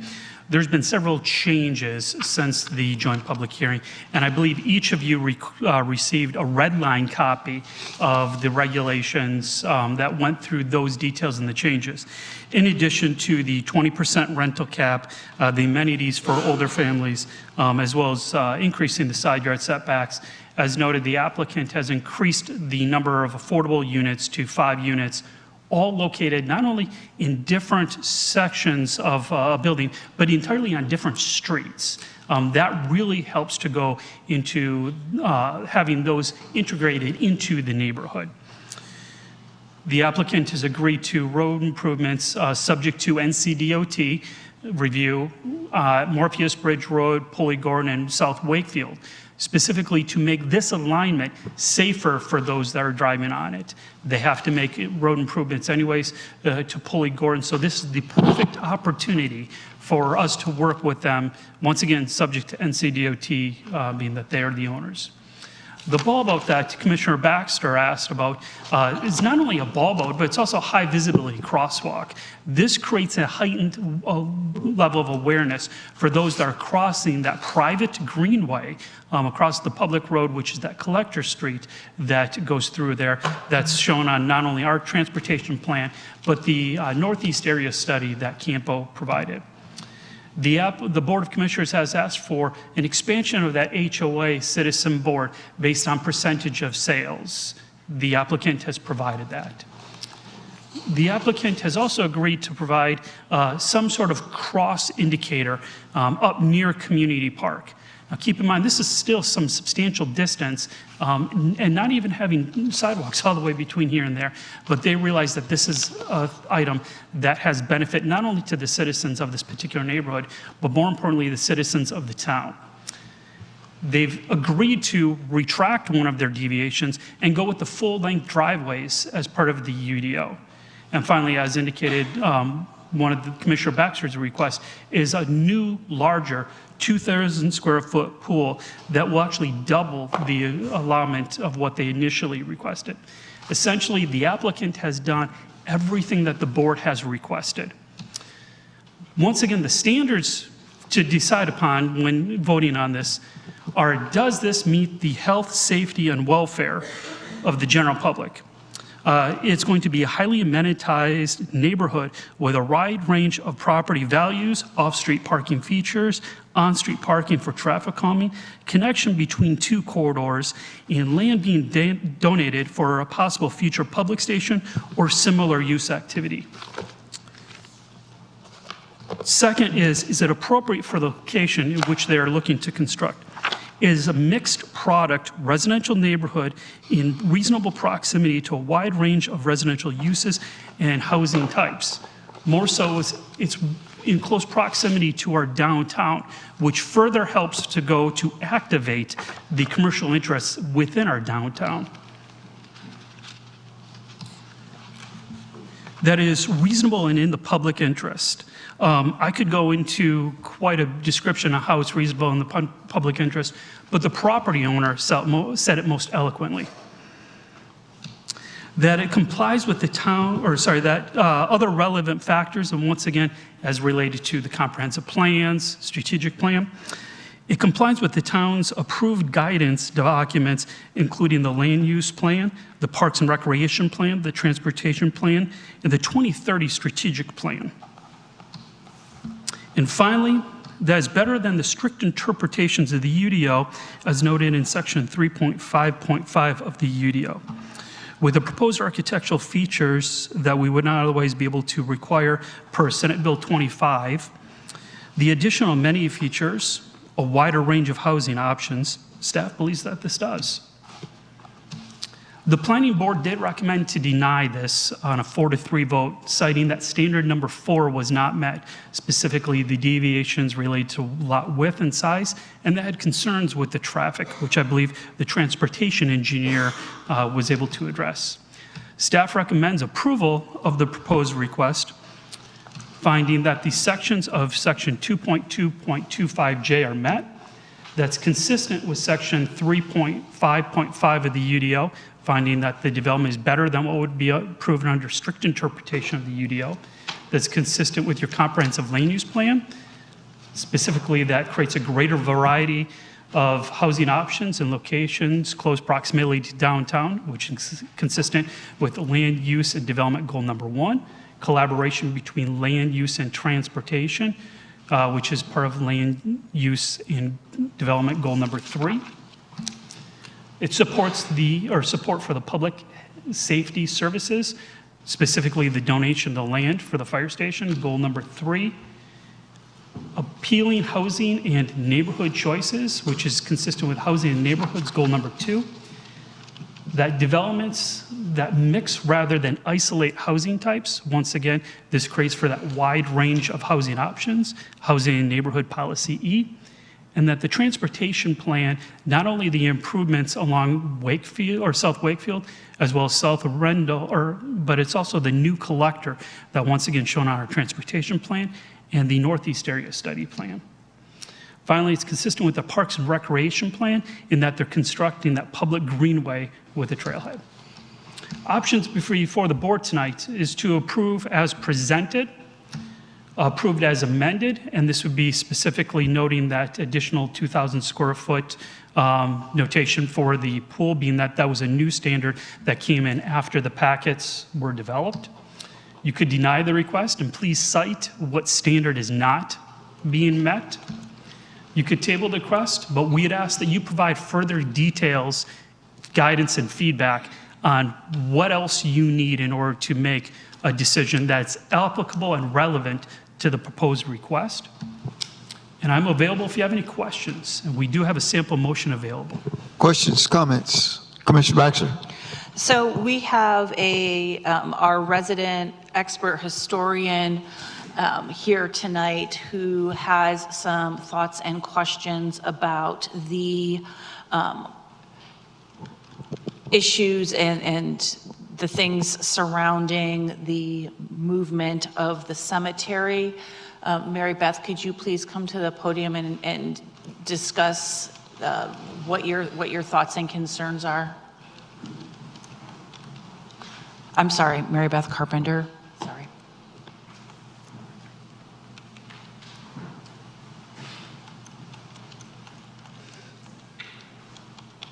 Hi there, I'm Mary Beth Carpenter. I had asked the developer at the public hearing for the archaeology statement on the graves that were there at the site. He did give me the name. I did go out to the site, and the families who have ancestors interred in there have not been contacted. They were very surprised to hear about this. And there are 2 local graveyards with these families that may potentially be used for the remains. I was told to reach out to Oakwood Cemetery. I did. I got the archaeologist's name for that. I put in a request by phone asking for the report, and that was 6 weeks ago, and I still have not received it. I have these local families asking me what's going on, and I know there's every right to move the remains, and that is fine, but I was also told that there was supposed to be an effort to reach out to the families to find out if they're, what's going on with the graves, and if there's interest in them remaining there or being put perhaps to a local site, and that just has not happened. And I'm a little frustrated because I've taken 3 attempts now to try to have this done. So you have every right to remove the graves, but the local families do need to be involved.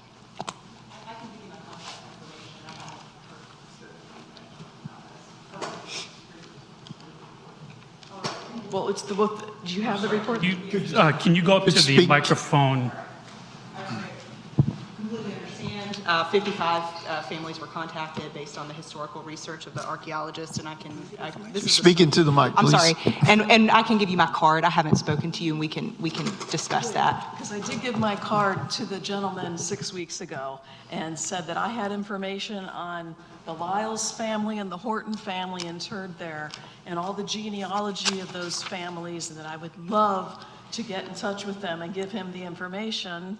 and I heard nothing. And then I reached out to Oakwood, and they gave me the archaeology, and I heard nothing. So I just want to connect the families with this. That's Absolutely, and we'll make that happen. and get the report. Thank you, because I was told there were 3 graves, and then I was told there were 6 graves.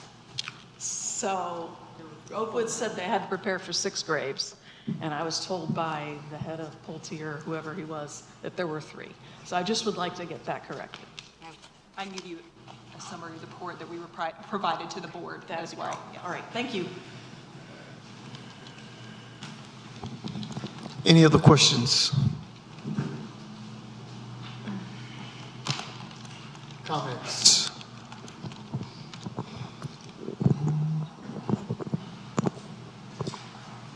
Any questions, comments? Commissioner Davis?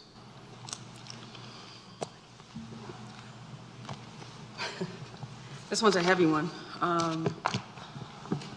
Yeah, I do have concerns, but the development is beautiful. They're giving exactly what we're asking for. I just want to make sure that we're considering what this community will build for Zebulon overall, not just with this community in particular. Commissioner Miles asked a question that I thought was a good question. With Mike, I hear exactly what you're saying as far as economic development. It's always a concern, continuous infrastructure, economic development. Make sure that we consider how this impacts the number of residents that are coming to the town of Zebulon. So those are just still some of my concerns, not the development itself, but how this development impacts the town of Zebulon overall. The number of citizens, we are at a rapid growth. We're at now an average of 7 people per day. So I just want to make sure that we consider that as a board of how this community affects the entire town of Zebulon. Commissioner Clark? I like the development, and I think in order to get more economic development, we've got to have those rooftops, and we still don't have enough for all of that. So I think it's a benefit to the town. Commissioner Harrison? I don't have anything. Commissioner Miles? No comments. Commissioner Baxter? So I do hear what Commissioner Davis is saying, and I wish that we would have had a report from our economic developer as far as what we could expect, what the expectations are. I know that we've asked that of staff in the past, so that really would have been helpful in this regards. The one thing that I do have a concern about, and I think it's an easy fix, maybe is just a commitment to not have it be 20% rental, but a 10% rental or a 15% rental in the HOA guidelines.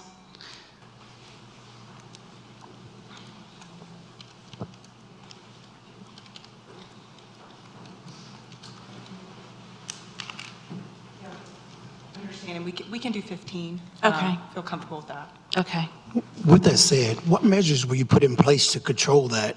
Being that in the town of Zebulon, the top 3, out of the top 15, 3 of the top 3 tax bases are hedge funds, which are basically coming in, buying up homes and creating their own little communities within themselves. What measures will you put in place to regulate that? You mean verbiage in the HOA? Verbiage or whatever, maybe to Yeah, could you We would speak have to the something in the verbiage? HOA covenants that, strictly excludes that from being able to happen.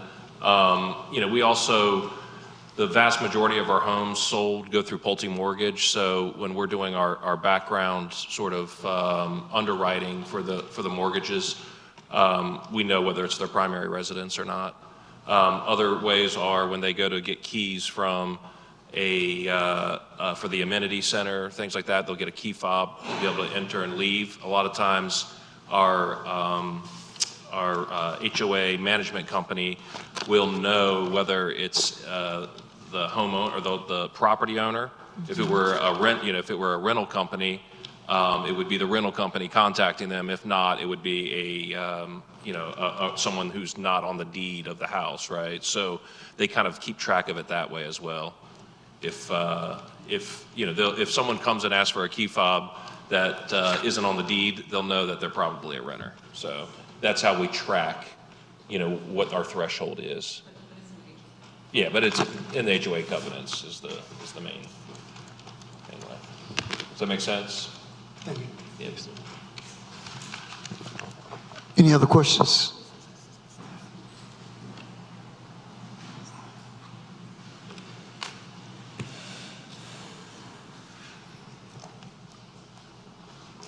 Any other comments, questions from the board?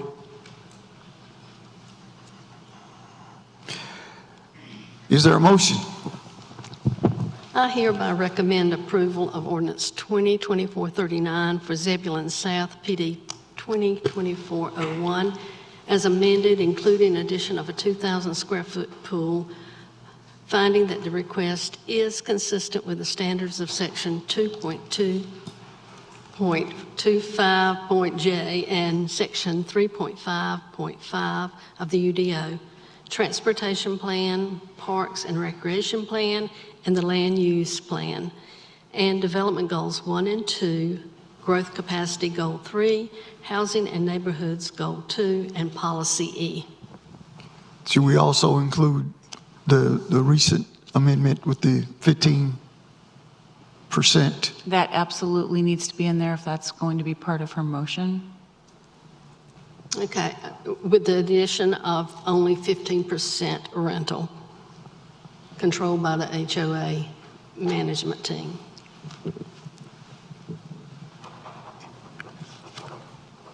Any other amendments to the motion?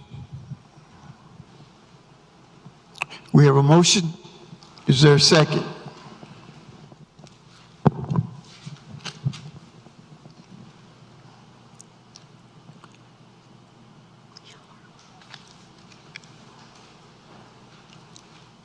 So, not hearing a second, what are your options from the board?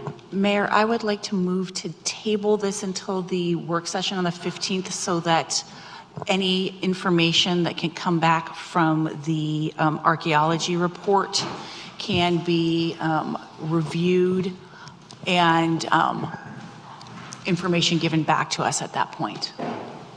Is that a motion? That was my motion. We have a motion. Is there,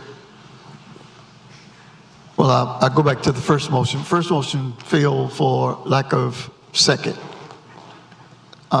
So the next motion is table until we get the archaeological report for the work session. May 15th. May 15th. Second. We have a motion and a second. Discussion. Commissioner Davis.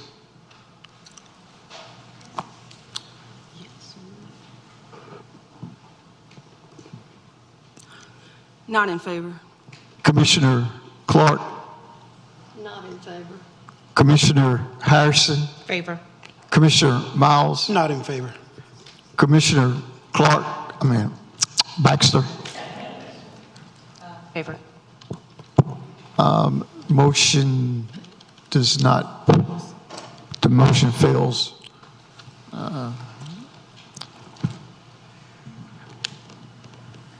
Is there another motion?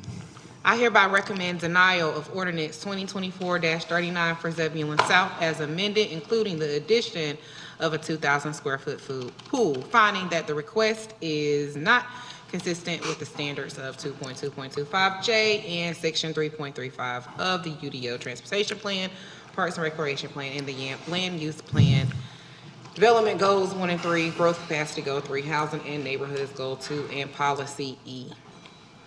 Second. We have a motion. Is there a second? I second. Discussion. Do we not need, which one did they not approve? What, didn't they fill it out? I mean, Yes, what's if you wrong? can specify how it does not meet particular standards. There's no need for that. We made a determination, we vote. There's no need of explanation at all. Can we get clarification from the town attorney on that? I recommend that you do provide some basis for the denial and how it failed to meet the plans. Otherwise, the staff has no way to guide future applications. We'll address that in a work session if that's a recommendation or mandate. No, it's a recommendation. Thank you. Move forward, please. We have a motion to deny, and we have a second. And we have discussion. Commissioner Baxter? I've said what I needed to. Thank you, Mayor. Commissioner Miles? No comments. Commissioner Harrison? Commissioner Clark? I hate to see us do this. We've been working on this for so long, and they have done everything we have asked for. So it just doesn't make sense to continue to table things. Commissioner Davis? No comment. Roll vote. Commissioner Baxter?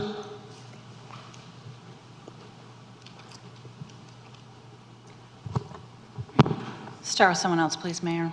Commissioner Davis? Favor. Commissioner Clark? Opposed? Commissioner Harrison? Favor. Commissioner Miles? Favor. Commissioner Baxter? In favor. Motion passed for denial. Thank you.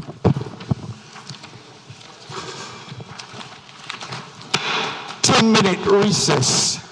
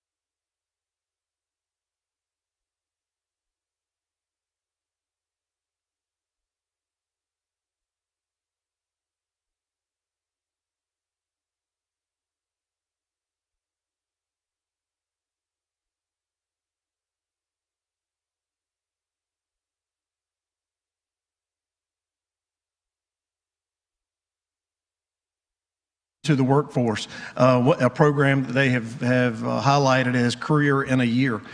We have an opportunity to join that program. Should we choose to join it, we would applications would be solicited through a big canvassing and events all over the county. We would eventually hire 3 employees. We would send them through that academy training, and then probably in about July of 2025, those employees would come online with us. So the use of ARPA funds pays for all the related expenses for that first year of training, their turnout gear, the equipment associated, so there's no costs associated with this recruitment effort. Our only cost would be to continue funding the employees after they come out of the academy, and that would be in the next fiscal year. So what you have in front of you tonight is indicating your acceptance into or your willingness to choose to work through the program with 3 employees, and there's a agreement has been provided for your consideration, a funding agreement, and that is necessary as we will be expending funds and being reimbursed with Wake County ARPA funds, the American Rescue Plan Act funds will be, so since we're handling those funds, this agreement is necessary to take care of the accounting and that kind of thing. So I'm available to answer any questions you may have about it. Yeah, and just to be clear, those are Wake County ARPA funds, not Zebulon's ARPA funds. You're exactly correct. Those are Wake County funds, which is exactly why we need this funding agreement to use those funds. Any questions? Yes. Comments? Commissioner Baxter? So what kind of stipulations and requirements is Wake County putting on the town if we enter into this contract? The only agreement that we've got is that we're going to continue the employees after the end of the period. So that is on a cost share basis. So once we did that, we would only pay for a portion of the employees under our current cost share arrangement with them. That is the only stipulation. Okay, so does the town of Zebulon then have a stipulation that once these firefighters are trained up and have gone through and gotten all of their everything, that they have to then work for the town for a certain period of time before they are eligible to leave without having to repay that funding? Okay, great question. So we have done exactly what you described in the past, and our policies do allow us to, for lack of a better term, ask employees to sign a contract that they will stay with us. The county has not done that historically with these academies because it's using ARPA funds, and if the candidates paid the money back, they would be paying ARPA funds back, and then it gets really messy in how you do that. When I did ask that specific question to county staff, and they very much want to do that once this thing moves out of an ARPA program. Once they get the ARPA funds are done, and this is the last proposed year that they use ARPA funds. Subsequent years from this year, they do want to incorporate some type of agreement where when employees are hired under this program, they would be required to remain in employment for a time period to be specified. Is there any way for us to just ask for a commitment from any firefighters that come on board? Absolutely. I mean, of course, it's not going to be like pay back the ARPA funds, but something that would kind of give us some peace of mind that, you know, we're going to see some return on the investment that's been made by Wake County. So what we typically do in India is when we have our interview processes, much like probably all of the departments probably do something very similar. We try to find those employees that really want to work. Now, we're not asking for a lifetime commitment or anything like that, but we do want some commitment to stay because we emphasize to them that it's not only the monetary part of it. The monetary is a big part of it, but there's a lot of time, staff time, that goes into training up staff to get them ready to do the job, whether it's fire department, police, public works, planning, any of those. So we really seek out those employees that are willing to make a commitment to stay with us. Thank you so much. Oh, you're very welcome. Any other questions, comments from the chief?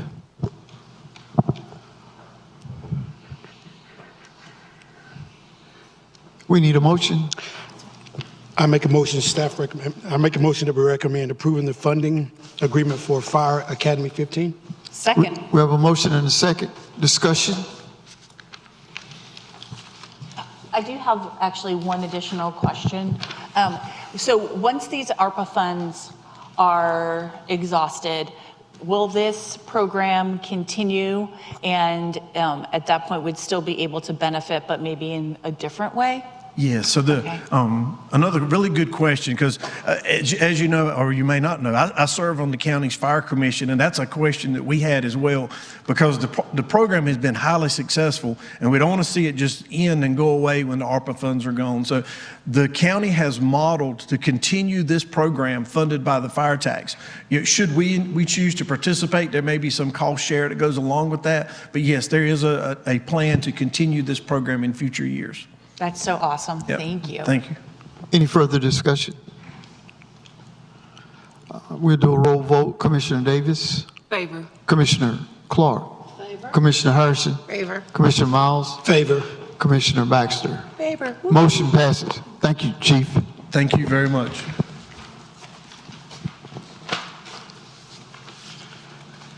Transportation bond referendum. Manager Wall?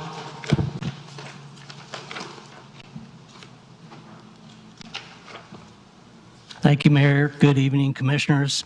Outline for tonight's presentation, we're going to review with you what could be candidate projects for a bond referendum. We'll be presenting you projects that there would be a need for and would be constructed within a 7 to 10 year time frame. The significance for that 7-year time frame is that is the time frame that you have to, if you approve a bond referendum, that you have to draw upon those funds. Okay, so that's why we are giving you projects within a 7-year time frame. We'll also present to you tonight the tax responsibilities to fund those candidate projects. So just foreshadowing, let's assume that you do want to do a bond referendum and that bond referendum does pass. You don't start increasing your tax rate to pay on the loan for that bond referendum until you start drawing the funds down to support the projects. We'll give you what staff recommendation is, and then we'll give you a foreshadowing of what your board action will be for Thursday night at the work session. Specifically, there'll be 2 items that you'll need to act upon. One is a resolution to move forward with a bond referendum, and the second is a budget adjustment to fund both the bond counsel, which is your legal representation for the bond referendum, as well as we highly recommend, while you can't petition for a bond referendum, it's highly encouraged to educate your citizens about what is the bond referendum and what it will be used for. And so we've got in there a budget adjustment ordinance to fund a citizen education campaign. So I realize that you have seen these a lot. Your citizens may not be aware of all the details of the projects, so I want to at least give a brief overview of the projects, both the transportation projects, meaning for vehicular transportation, and the pedestrian projects. So the first one, and this is the reason why we are coming before you for a bond referendum, is the North Arundel operational improvements, which real briefly is we have a lot of traffic coming down Pierce's, and we have a lot of traffic coming down Arundel. And so this is the inclusion of a dual left turn coming off of Pierce's and the widening of Arundel, as well as putting in a median along Arundel, and then putting in the access roads behind here, since the vehicular traffic coming out of these side businesses won't be able to take a left anymore. The cost that we have there for you is a minimum cost of $4 million. Right now, you have a LAP grant through CAMPO, which is Capital Area Metropolitan Planning Organization. Right now, they have committed to around $1 million to go towards this project. They have verbally committed to participate 50-50 on anything above that $1 million. And so if they do honor that commitment, your cost will be $4 million. If they don't, then the town needs to come up with an additional $8.6 million. As far as the time frame for this project, and this is the reason why you are having a discussion on a bond referendum, is with the remaining tasks in front of this project to be completed before it could go to construction, and that's these items here. I think the cursor's probably a better tool to use.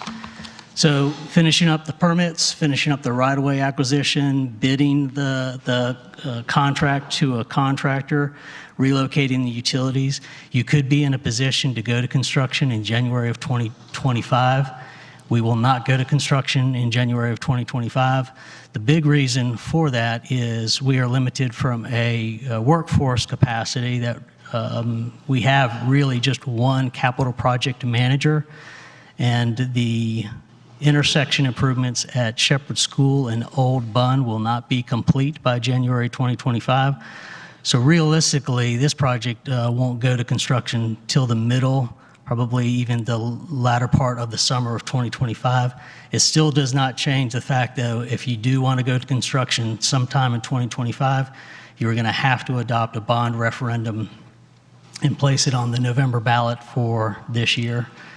The reason for that is while we do gather a lot of transportation impact fees from developments that get approved, and we have used those for intersection improvements, the intersection of Green Pace and Arundel being one example, the intersection of Shepherd School and Old Bun being another, we don't have sufficient funds except for a bond referendum to go to construction. So that's the reason that, again, we're putting a bond referendum in front of you. As big a project as the North Arundel improvements are, they will not solve all the traffic problems that are occurring in this corridor. Have a lot of traffic coming down Pierce's Road. We have a lot of traffic coming down Arundel. It's coming to one common choke point. We need to give options for this traffic to distribute and find other ways to get to US 64 through the intersection of Dogwood Drive, which is that entrance that you take to get to the public library. In addition to that, we have a lot of accidents here, severe accidents. NCDOT is very interested in partnering with us to make improvements to this intersection. In addition to the traffic congestion and traffic safety benefits that this project brings you, the other thing is there's an economic development component. This property in here is probably not going to redevelop anytime soon for a couple reasons. The cost of the road improvements to these interior properties probably is going to be dependent upon someone, in this case the town, come along and doing some roadway widenings. So there's both traffic congestion, traffic safety, and economic development components to this project. This project would kick off after the completion of the North Arundel project. And much like the North Arundel project, with the exception of bond funds, there are no funds to move forward on construction on this. Beyond that, you have some flexibility on what you can consider to be priorities to move forward on. And again, after those two projects, these are really going to be dependent upon what you think is the most pressing need. So these are not representative of any particular priority, other than that we consider that they are all candidates within that 7-year horizon. So this is a project that is introducing roundabouts at the intersection of Gannon and Arundel, as well as the adjacent intersection with Gannon and Poplar.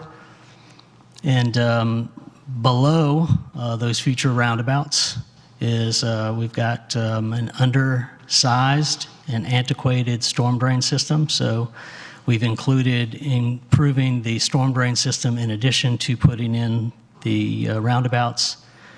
And we would look to, if you all were interested, to couple this with the intersection improvements, bulb outs and crosswalks, highlighted crosswalks, all the way through downtown. So when you take a look at both the roundabouts and the storm drain and these bulb outs and crosswalk stamping, that's a total $10 million project. Other project, again, that we put in the 7-year horizon is to do that widening in front of Zebulon Elementary School. This is the roundabout I mentioned with the Jones Street Connector project, and that would be to widen all the way through the soon-to-be-constructed Shepherd School Old Bun, and then all the way past that intersection along Old Bun Road to Carriel Court. This takes care of some traffic issues, traffic congestion issues, particularly with the traffic loading associated with the school. It also provides pedestrian connectivity that doesn't exist right now, not only through this corridor, but through the intersection to subdivisions on Old Bun, as well as to the Boys and Girls Club on the southeast corner of that intersection. And that's just the other half of that project.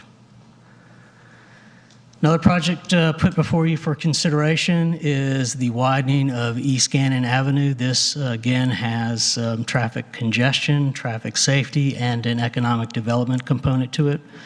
So as you look at this cross-section on the bottom, you see a center turn lane. This roadway does not have a center turn lane, so particularly at the intersection with Industrial Drive, you don't have a place for vehicles to queue up and take that left. So even though there is a traffic signal there, you have a lot of backup along on Gannon Road. So that's the big piece that addresses the traffic congestion.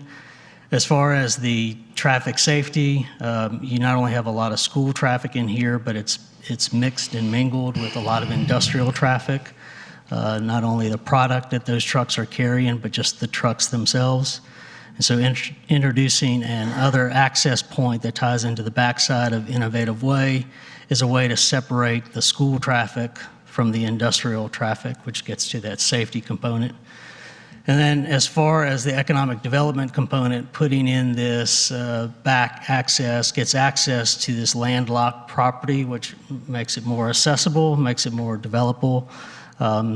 There's some property down here that probably will never be developed because it's just too much wetlands, but this higher up property, a connection there to the backside of Innovation Way could have an economic development component as well.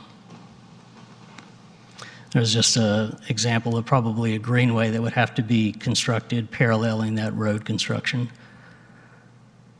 And then the last candidate project for vehicular transportation that we put before you is right outside of Town Hall. The intersection of Arundel and Judd would need to be improved, particularly when Judd connects through with Worth Hinton. This is probably, I wouldn't say it's our furthest priority, but it is furthest out as far as what the solution is. So we put before the board a couple of options. So a roundabout could be an option, as well as a traditional signal. Right now, we're estimating $5 million on that.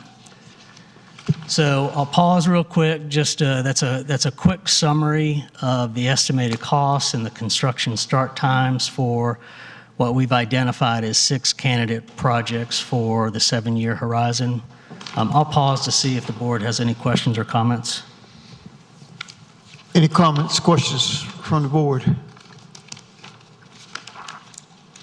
How many pedestrian portions are there in here?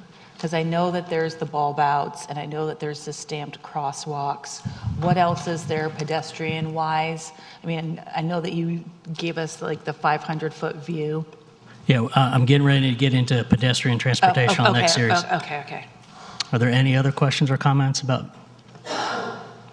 Joe, just wondering, back on page 77, you were talking about the traffic that builds up on Gannon, and we're considering a center lane for them to take that left. Is there traffic that builds up coming the opposite direction where we would also need to consider for a right turn? You mean coming down? Yes. Yeah. So this is the previous development, Zebulon South. The traffic engineer was getting to this. To put in a right turn lane, it's not as you don't need as much right of way. The big thing is to put in maybe a small holding area and then a taper to pull off the road. But it's nothing like the capacity you need from a left turn. So that's a long-winded answer to your question, saying yes, but it's relatively speaking a minor component of what this project will be. Okay. Are there any other questions?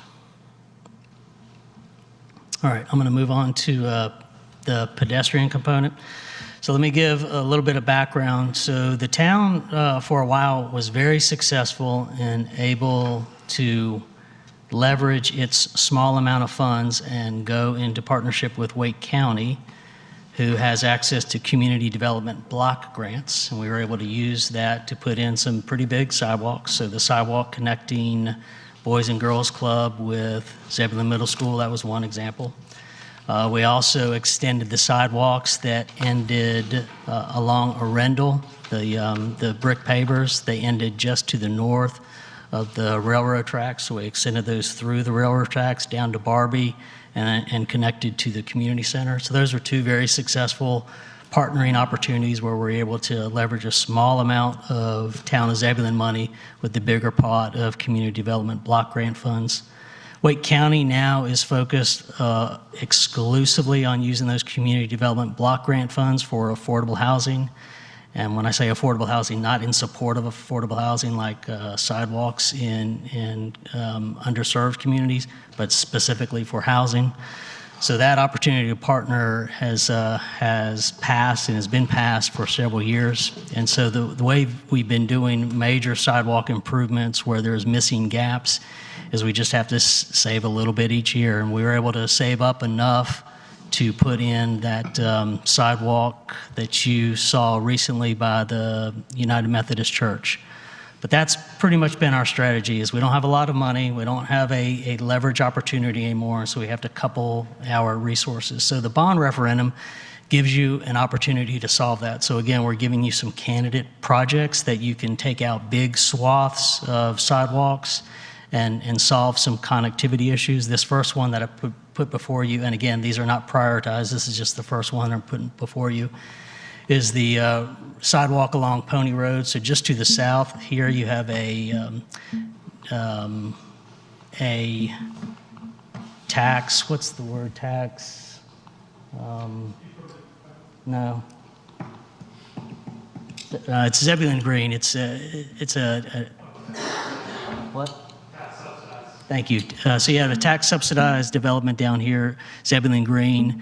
You also back up here past Wedgwood, you have a bus stop, and you don't have a connection between the two. So this could be an example of using bond referendum money to make completions of missing gaps, in this case connecting Zebulon Green to the bus stop to the ZWX bus service.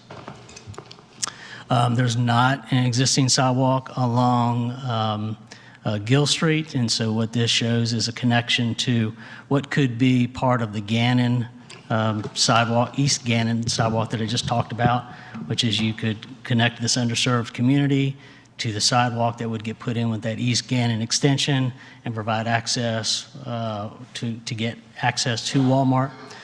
In addition to this, this is a way also to continue this sidewalk and continue on Privet up to Zebulon Middle School. So this would be a way to connect Gannon to the park and the park to Zebulon Middle School. And I've put there 750,000. These are really just placeholders.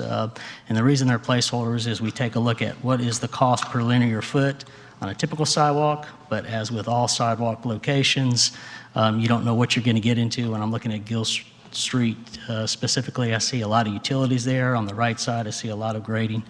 So just keep in mind that these are just rough cost estimates for you to use as a bond referendum placeholder. Poplar Street could be the way to connect Gill Street to the south side of Gannon, so there would be a gap that we would put in there.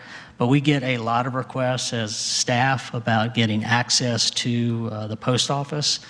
The other thing, this could be the east end couplet with what you just placed in on Church Street and Sycamore. So this would be a way to put in a bigger internal walking loop downtown. And then the last big pedestrian project that we'll just put before you for consideration is with the townhouse complex that has gone in here right adjacent to Franklin and Arundel. There's a small gap there, and we could certainly do that with existing funds to complete that. But this would be a really good opportunity to complete the sidewalk extension all the way north to the Triangle East Shopping Center. And there's just a quick summary of those four candidates that I put before you. When you couple them all together, and what I've done here is I've taken those vehicular transportation improvements and sprinkled in the pedestrian improvements. So if you look at row 1, where I talk about North Arundel access and operational improvements, and then throw in a $250,000 sidewalk connection, that gives you an indication of what the cost estimate would be. If you did do a bond referendum and it did pass and you did draw down money to move forward with North Arundel as well as a sidewalk connection, you can see that the tax that you would have to raise in FY26 would be 2.69 cents. The thing that we want to keep in the back of your mind is you will have some tax increase implications coming your way anyway. So one of the things that you are moving forward on is the design and construction of the fire EMS facility just to the, y'all saw that, right? That was impressive. Just to the east of this building. So you are already going to have a 1.1 cent approximately tax increase that will come to fund the construction of that. So when you're thinking about the tax implications of these projects, be thinking that there's other needs out there. If you look at the second row, that gives another thing to be aware of. You all as a board have not had a conversation about how to implement your Parks and Recreation Master Plan, specifically how to secure land for parks as well as how to improve them. You have not had that conversation. And one thing that we would make you aware of is don't bite off so much of a transportation bond that you don't leave yourself capacity for a park bond in the future. And then the last thing that I'll highlight that gives like some foreshadowing of consequences out there is if you look at row 3, you see the $10 million in there for the Gannon Poplar roundabouts with the stormwater and the sidewalk and the bulb outs, as well as another $250,000 for sidewalk connections. Bear in mind that'd be a 2.97 cent tax increase. Bear in mind that's going to be about the time when you're going to want to go to construction on fire station number 2. While you would not do a bond referendum for a fire station, there's there's easier, more applicable finance instruments than a bond referendum to do a facility like Fire Station 2. They still have a tax implication. So one of the things we're trying to just demonstrate here is that if you do a bond referendum and then you draw on those funds for those transportation projects, there's tax implications not only with the road and sidewalk projects, but you got some tax considerations out there, specifically in this case, fire EMS building, Fire Station 2, and potential park bond. Before I jump into the recommendation, I'll pause again to see if you all have any questions or comments. Questions or comments? Commissioner Baxter? Okay, so just for transparency and to make sure that everybody knows, even if a $50 million bond were to pass, that doesn't put the entire burden on all of the current residents and taxpayers. We are assuming that there is going to be, assuming there is going to be more residents in our future. So as we pull down money and we don't pay back on the bond before we start to pull from that money that's been approved, there could be enough residents at that point that the tax implications for all of us that are living here now are not necessarily what is anticipated, because we've built in, what, a 3% growth rate? Yeah, so that's so these tax amounts are built on a 3% growth rate. If you grow more, then that tax burden goes down. So as an example, like a Zebulon South coming in, that increases the growth rate, and so that can drive down the tax amount. But the principle of what you're saying is exactly right, that we built in a certain amount of growth rate, and that is what determined what the tax amount is. But obviously, if you exceed that growth rate, then that goes down. Conversely, if you stifle growth, then that tax amount's going to go up. Thank you. Any other questions, comments?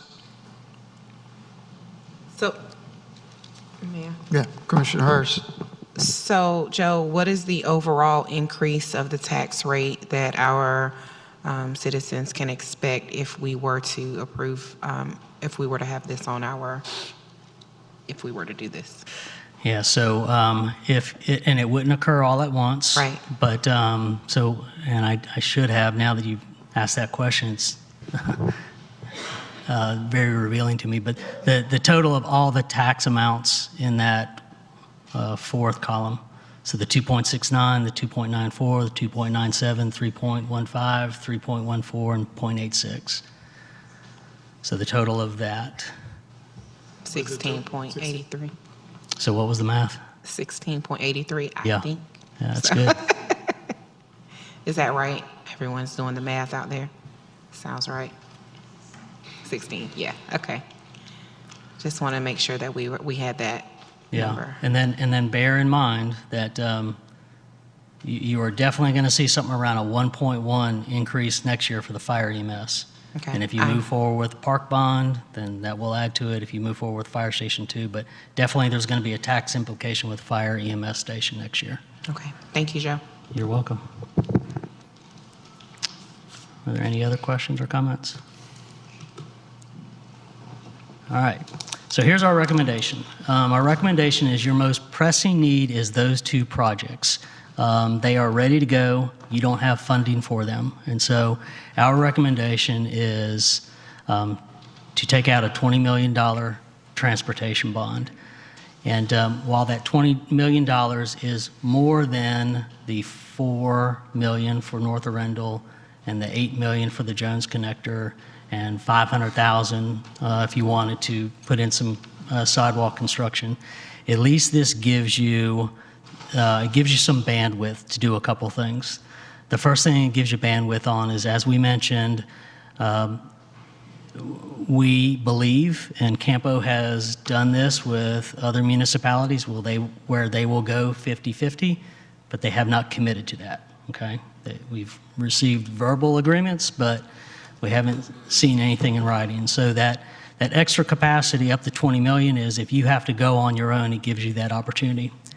The other thing it does is, let's assume that Campo does go 50-50, it gives you latitude to move forward on other projects. And these projects, you may not know when they emerge. And so while we specified specific projects here, you can put that money towards other street or sidewalk projects. You don't have to go towards these particular ones as long as it's a street or sidewalk. And that's how the bond referendum would be written. It would be $20 million for streets and sidewalks.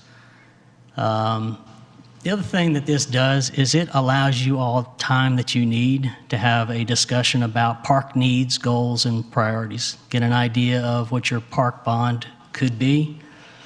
And it doesn't close the door for you to come back at a later time with another transportation bond referendum. So you could 3, maybe 4, but probably 3 years from now, come back with a transportation and a parks bond. You could probably even do that next year. So that's the recommendation we're going to be bringing you on Thursday night, is to have a resolution to move forward on a $20 million transportation bond and to pass the ordinance to fund the bond council as well as the public education campaign.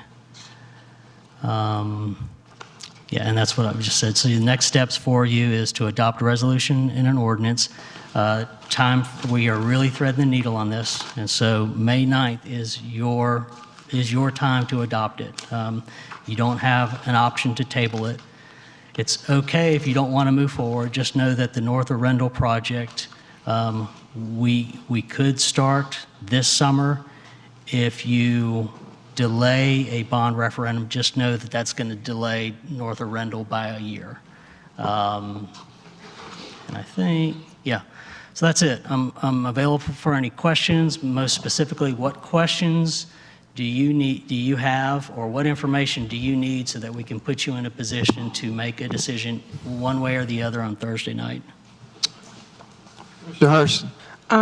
I don't have a question. More so, I do think that these two are a priority, but I would like to see numbers. I know we like to put projects Bring the together. numbers back up, Joe. I know we like to put projects together, but the stormwater issue at Gannon and Poplar always seems to be a big issue in storms and coming up on hurricane season and all that good stuff. So I would really like to see, I don't know if we can make the stormwater a single project for Gannon and Poplar, or just to see numbers specifically for that project. I don't know if it would be good to go into this bond, but I think that is a priority for us because of the extreme levels of flooding that we get at that intersection every time we have a storm. Okay. Thank you. We can bring back information on that. Thank you. Commissioner Baxter. Thank you, Mayor. So is delaying the Judd and Arundel intersection improvements going to negatively impact when the fire station is built out, as far as making sure that the fire trucks have safe entrance and egress from Judd Street? We don't think so. We planned for, and you've probably The seen fire them. signal? Yeah, we planned for a fire signal to go there. Okay. How well people respond to that is something that I can't answer. But we have included in there improvements to that intersection that will address the fire station. Our bigger concern with the intersection improvements is when Judd Street gets connected to Worth Hinton, which is a really good idea because it distributes traffic. It's another east-west route. That's really that in conjunction with the more traffic that you're seeing coming from Johnson County. That's really what are going to be the drivers to that intersection improvement. So it's okay for us to see how the fire signal operates, and if we need to make move forward with a faster solution. My thought and my concern, not that I want to move forward with the $50 million bond, I don't think that that's reasonable to put that kind of burden on our residents right now, but construction's not going to get any cheaper. And doing these projects is only going to come with a higher price tag in the future. So I do have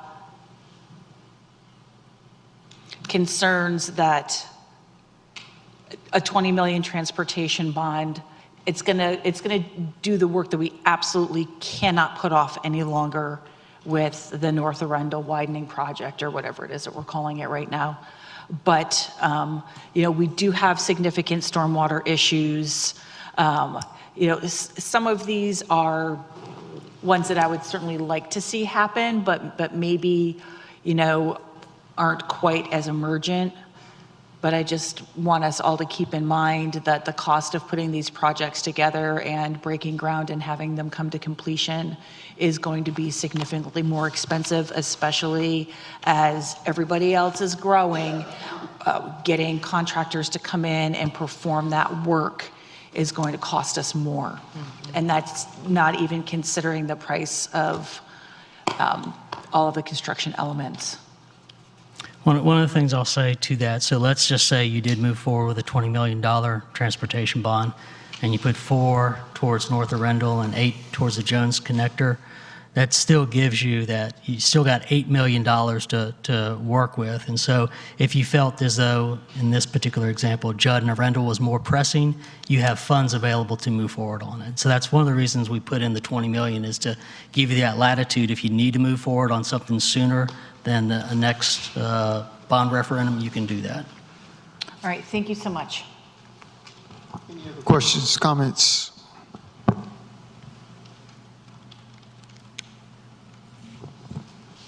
And so you don't want us to come back to move forward until May 9th? Okay. Yeah, we'll come back before you on Thursday night with Okay. a resolution and an ordinance. All right, thank you.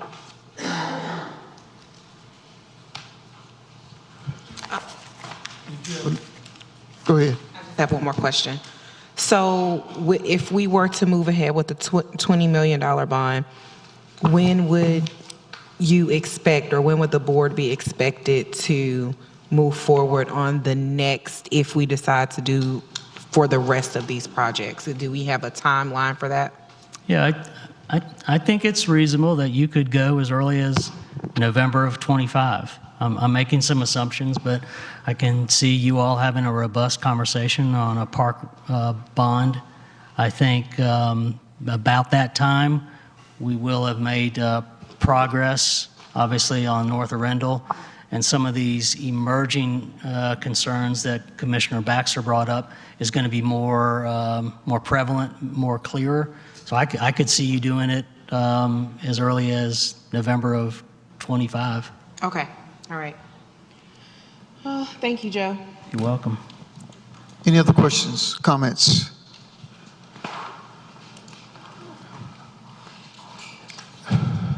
New business.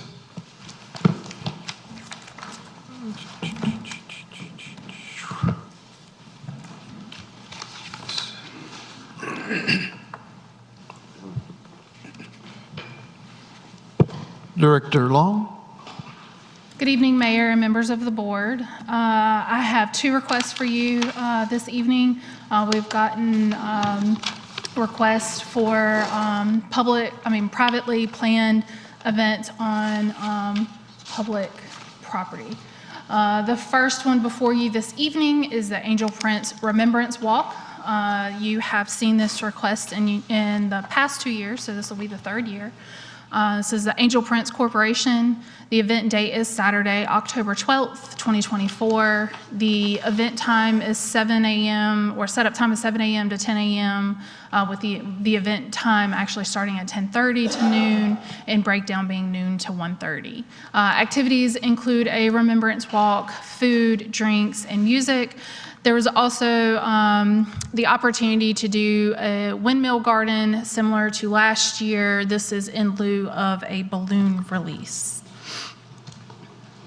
The layout is very similar to last year in that the walking route will not require us to close any road access. We will just close vehicular access to the front loop and focus the walking area there within that zone of the front lawn, and they can utilize the sidewalk just on the other side of the fence if they would like. Let's see. Board consideration for event approval. This was in your event standard. So some of the things that the board takes into consideration is if it has nonprofit status or public purpose, the applicant's substantial presence in the community, having history of positive contributions to the Zebulon community. The event stimulates, encourages community support of nonprofit or civic activities. The event's consistency with the plans, goals, and policies of the town, as well as potential for damage to property or harm to people, and ability of the town to support the proposed activities, and ability of the organization to implement the event. There's also a request for a fee waiver. The board has the opportunity to consider what you want to waive fees for. You have outlined the circumstances that you'll consider fee waivers. That includes that you represent a nonprofit organization as defined by state or federal tax law. It's a Zebulon-based group, chapter, or organization. It's a community-focused event, recreational event in nature. The event is open to the general public. There is a fee for participation in the walk, but the event itself is open to the public. Purpose is to facilitate a positive impact to the community and whether or not it meets the strategic plan, including vibrant downtown, small town life, and growing smart focus areas. Please forgive the 8K kick or the 8 kickoff typo. I apologize. But the request of the town is use of the municipal complex. It's a 7-day, also the 7-day installation of the windmill garden and the fee waiver. The expected town expense would be about $245. It's primarily just staff time. The fee waiver mostly recognizes the fees associated with renting of the town or the municipal complex. So the questions before the board are, does the board authorize the event as requested? Does the board wish to waive fees? And you have Resolution 2024-23 for consideration. We ask that when you make a motion, if you are going to approve it, that you specify if you want to approve with waived fees, approve with partial waived fees, or do not approve waived fees. I'm available to answer questions. The applicant is also here. Comments? Commissioner Baxter? So there is verbiage in here that there might need to be a budget adjustment before the end of this fiscal year. And I have to, help me understand why that wouldn't be something that we would just address in next year's budget, even though we are approving it for this year. The event and the associated costs are not going to happen until FY25. I apologize. If it says this fiscal year, I think it meant the fiscal year that the event happens in, not necessarily this specific fiscal year. I can understand that's confusing, and I apologize for that. But at the staff rate cost, I don't expect that to be a substantial issue. However, it could come up. Okay, I was just confused, so thank you for that clarification. Absolutely, I understand. Commissioner Miles? I'd just like to hear from the applicant, please. Kind about it as nonprofit. Good evening, Mr. Mayor, Commissioners. Happy to address any questions that you might have. You want to state your name? Brandon Wiggins. Did you have questions for him? I did. Oh, go ahead. And so there is a fee associated with the walk. What do you anticipate that fee to be? And then how are those fees going to be used? And just help me understand, because sometimes as you grow and your event becomes more profitable, has to be something that the board takes into consideration. So just walk us through that a little bit. Thank you for that question, Commissioner. We anticipate tickets for this event being no more than $35. All proceeds from the event, all ticket sales, go directly back into our organization to fund our outreach program, which is the biggest part of our outreach program, which is Bereavement Box, which is our comfort and care box that we provide for bereaved mothers who have suffered pregnancy, infant loss, or stillbirth. So any fees collected from this event pour directly back into our organization. Thank you. Thank you. Any other questions, comments? Oh, go ahead. How many families have you all serviced since you have been here in Zebulon? Do you know about? Right offhand, I would say totaling everyone that has participated in our events, those who we've been able to give boxes to personally, I would say that number would venture between 100 and 150 families. We do have partnerships with some major medical facilities, healthcare providers. We recently obtained a partnership with one of the largest healthcare providers in the nation to distribute our boxes to bereaved mothers. So, our footprint continues to grow, and we're very fortunate and very, very blessed to be in the position that we're in. Any other questions, comments from the board? Thank you. Thank you.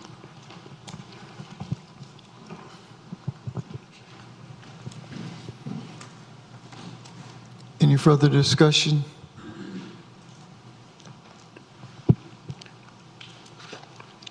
I'd like to make a motion. Really? Go for it. I make a motion that we approve Resolution 2024 2024-23 with the waiver of fees. Second. We have a motion and a second. Discussion? I think the fees are nominal and the reach is big.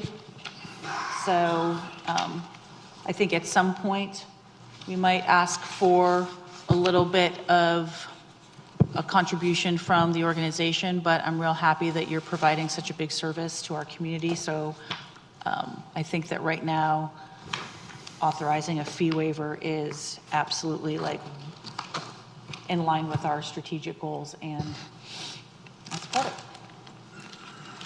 Any further discussion? Are we ready for a roll vote? Commissioner Baxter? In favor. Commissioner Miles? Favor. Commissioner Harrison? Favor. Commissioner Clark? Favor. Commissioner Davis? Favor. Resolution passes. Thank you. Next, Norse Brewing. Thank you, Mayor. So the second event request, there are 2 dates. It's Norris Brewing, the Longhouse operation here downtown. They have come before you in the past to do market events, but they stayed in front of the application process, anticipating construction to be completed, and there were delays in the construction process. So those events have not occurred in the past, but this is similar to what you've approved. Actually, it's the same exact layout and processes that they've proposed in the past. So they have 2 dates, August 31st and November 30th, that they are seeking use of the alleyways on the 100 block of Arundel where they are located. Their event setup is 9:30 to 11. The event time is 11 to 4, with the breakdown being 4 to 5. And they anticipate having vendors and live music. This shows the layout of how they want to display or have vendors lined up between Norris and the Fall Line on the town-owned side of the property or the alleyway, and then along that back side that is between the Fall Line and the Muter Construction Building all the way up to East Vance. So I've shown on the left their layout of how they anticipate placing vendors. On the right in that red shows the area that they are requesting closure. By using this L-shaped, we are able to maintain some sense of through traffic and access to parking on the opposite side of the Longhouse. But this is consistent with what they've requested in the past. I'm not going to go back through the board considerations, but the same apply for this request. And their request is the closure of the alleys that I showed you in red on the 100 block of Arundel, consumption of alcohol in the alley, and the disregard the fee waiver request. I apologize. I was had a short time frame to turn these around. So they are not asking for a fee waiver request. The questions before the board is, does the board authorize the event as requested? And you have resolution 2024-24 in front of you for consideration. I'm available to answer questions. Questions, comments from the board?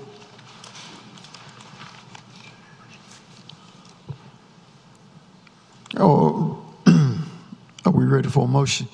I'd like to make a motion to approve Resolution 2024-24. We have a motion. Is there a second? Second. We have a second. Discussion? Is there a representative for the applicant here? Is there a representative tonight? I reached out and I've not heard that they were going to attend tonight, and I didn't see them in the audience. Thank you. No problem. Any further discussion? Roll vote. Commissioner Davis. Favor. Commissioner Clark. Favor. Commissioner Harrison. Favor. Commissioner Miles. Favor. Commissioner Baxter. Favor. Resolution passed. Thank you. Thank you. Did you? Just one quick question, Sheila. One quick question. Have we talked to Fall Line, those guys behind there? They know that this is taking place too? Just being friendly neighbors, I'm just saying. I want to Yeah, make sure they're aware. I can't speak to if Norris has spoken with the fall line. That communication, per your event standard, does have to occur before the event happens. So there's some standards that outline how they're to communicate with their neighbors about the impacts to their property. Thank you. Absolutely.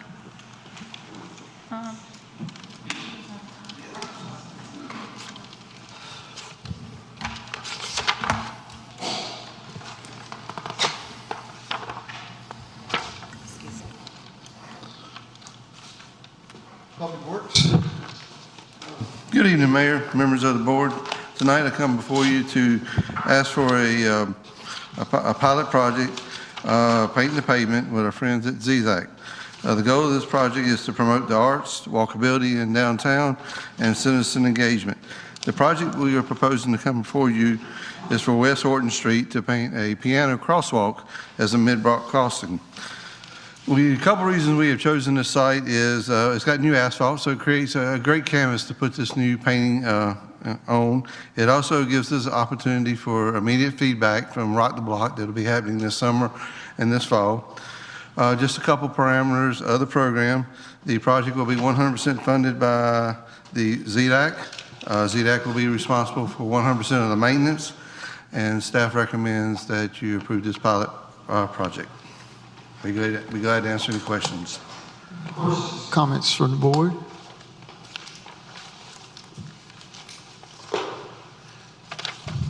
I'd like to read a statement. Is there anyone from ZDAC that would like to make a comment?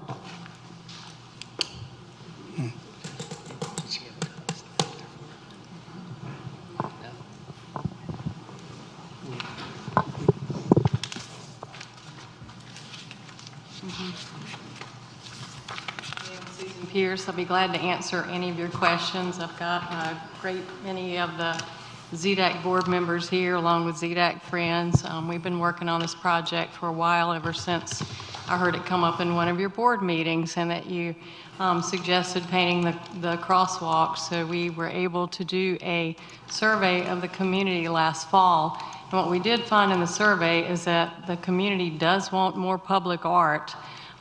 They were very favorable to the idea of the crosswalks, to murals, and they prefer more whimsical types of art. We chose the Horton Street area, as Chris said, because it really needs some sprucing up if you've not been there lately. And that's where we have the Rock the Block concert, so we thought that that would be a good place for some type of musical theme. Do you have any questions? Questions, comments from the board? I think I'd just like to read a statement that I wrote about this. If it Go could, right please. ahead. First, I absolutely love this idea. It's not only encouraging public art, it's a great, unique opportunity to encourage community building. Based on the groundswell already happening with this idea proposal, I have no doubt painting the pavement will be a successful venture that others will want to participate in. That said, I do have a few concerns before moving forward with this.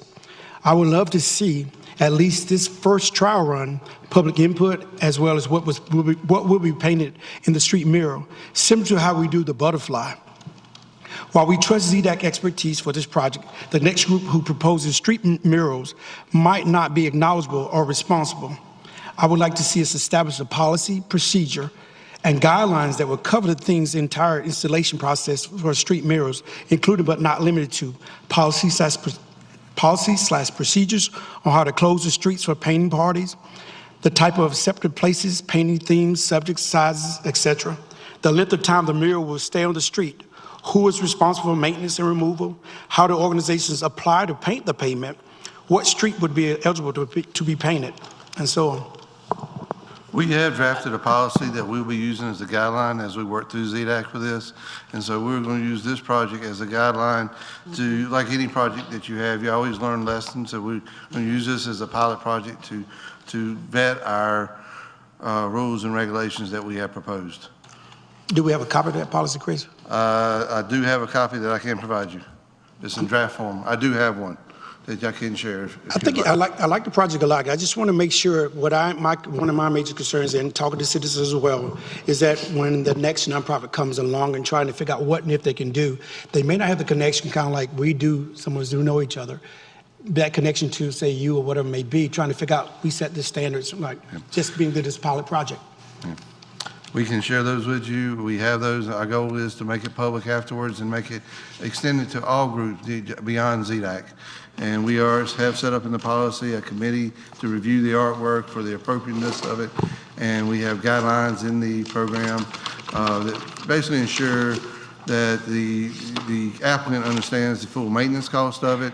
We get releases from any artists and stuff, but yes, we'll be glad to share the draft, for lack of better words, program that we have proposed. Any other questions? Commissioner Baxter?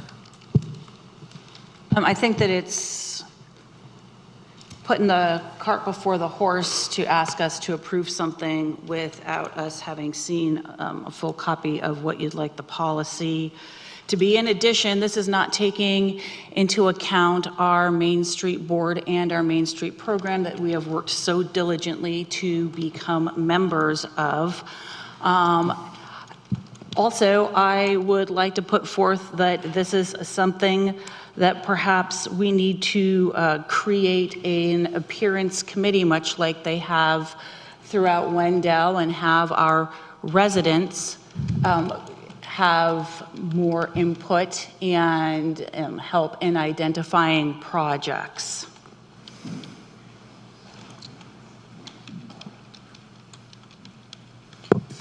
Any other questions, comments? I'd just like to know, Chris, also, I did some research on it. It's a great project. I really like it a lot. But every municipality that I saw that had implemented it, they had their kind of like their policy set in place prior to starting it. That's the biggest concern I have, is trying to figure out how we can get that policy in a timely manner so we don't hold up ZDAC or whatever it may be, and just get policy in place. It's just going to make it easier for those that come behind us. Well, as part of, we wanted to push forward and get ZDAC started and pilot this project, but I hear your concerns, and we'll be glad to pass along the drafted information and policy for your review. If they would like to perhaps create some kind of chalk installation, that might be helpful for the Main Street Board to take a look at, and for the residents to see if this is something that they are in support of. In addition, we have had in the past folks come before the town wanting to pay for and paint murals on their buildings, but they were told that they could not do that with concerns that perhaps their murals might be interpreted as a sign. And the way this design is currently presented, it is in one crosswalk, but in several other areas that are not crosswalks, but that lead directly in piano keys to a business known as the Piano Bar. And so I just want to make sure that we are applying our rules, regulations, our ordinances, and our policies fairly across the board, so that folks that want to participate in public art aren't being told one thing while other folks are being told another. Very good question. I did approach that question with our expert, Mr. Michael Clark. Excuse me. He reassured me that in his professional opinion that the piano crosswalk was not advertising. And that's one of the reasons on our committee we do have a planning member that will be there to help us with these interpretations if we do come across them in the future. Any other questions, comments from the board?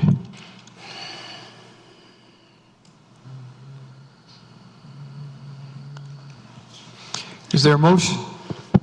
I have a At this question. time? Go ahead. No, go ahead. No, I just want to talk to my fellow commissioners. Is it willing that we table it till we get the guidelines set? I would like to know you guys' thoughts, so we get the guidelines set, policy in place, and then we move forward. Not denying the project, but just trying to figure out what and if we can do to ensure this is a pilot project, but at least give us some guidelines. Right now, we're in draft mode. There's not many things that I would see where people implement off of draft documentation. We just kind of get something solidified, and then we can move accordingly. I also think that we need to make sure that our Main Street Board is at least giving us input to something that is going to be taking place downtown. Any other questions, comments? I'll just say we do need to make sure that we are in consideration when you're talking about having the policy come before us. If this is a piano painted in front of a piano bar, it does like it's advertising. And we have to consider that for other businesses that might come forward and request the same thing. So we want to make sure, just like Commissioner Baxter saying, that we're being fair across the board.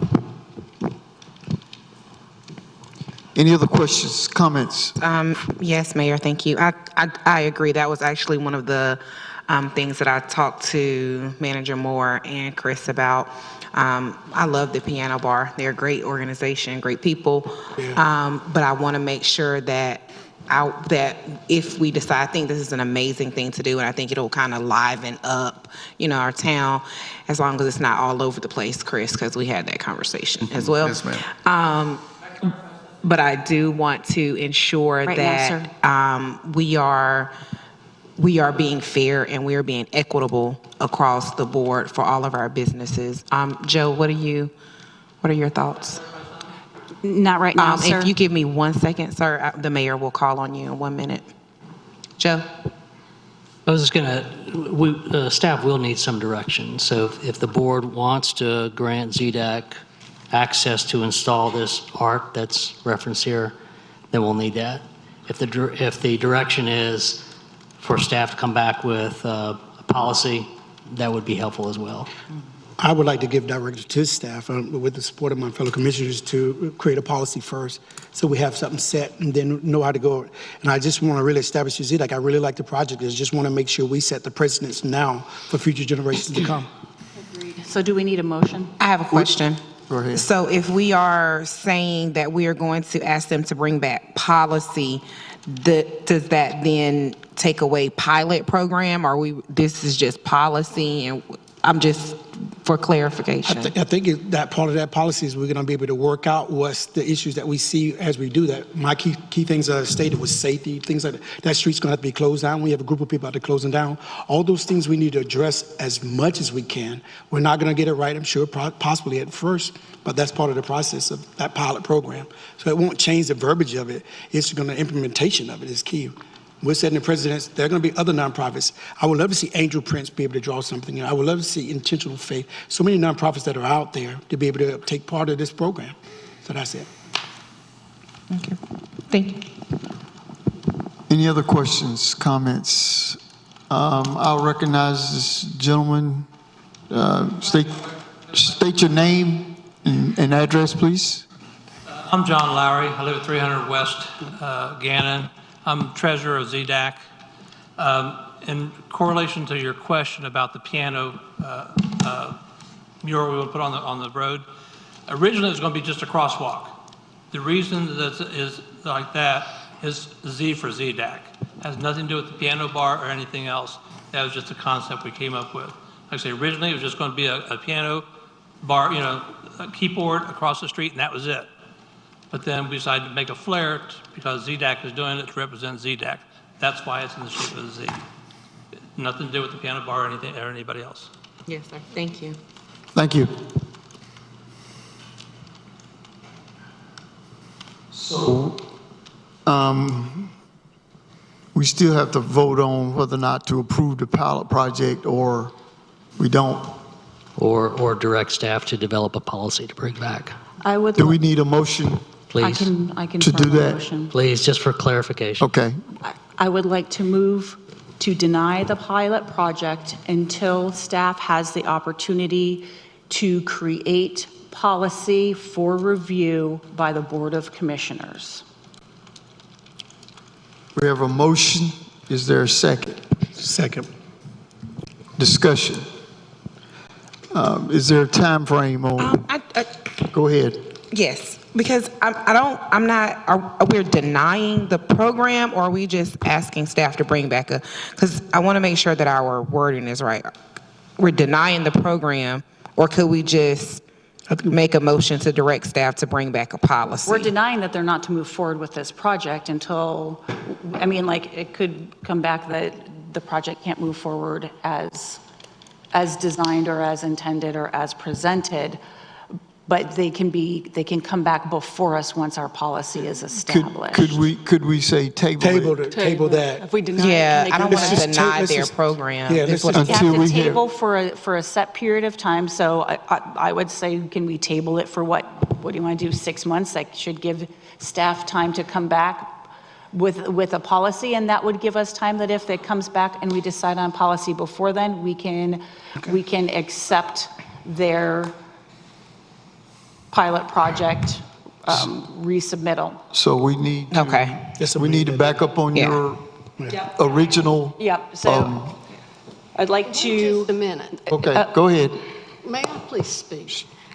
6 months to bring about a policy, I do not think that. Well, we're just giving I don't know, we've We're been not waiting for saying- over a year for something on B City, Don't so make it 6 sound months is like they've got actually to wait like 6 months. One at a time. reasonable. One I at a have time. permission to talk. Go ahead.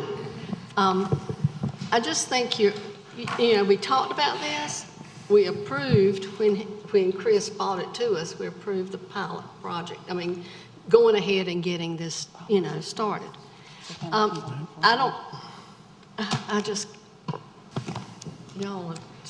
It's just been something tonight. So anyway, I think he could bring the policy back. He could probably present the policy at our work session Thursday night, or maybe at our first meeting in. I'm not going to ask staff to create a policy during budget season for us, Bev. Do you think that's wise? I will, the policy is drafted and is ready to go. Policies. drafted. Okay. We can work through it then. What would be, How will we be able to loop in Main Street? Mayor, may I share, you do not have to put a time and date specific on anything that's tabled. You can do a motion to table it and give staff direction to bring it back when they're prepared to do so. I like that.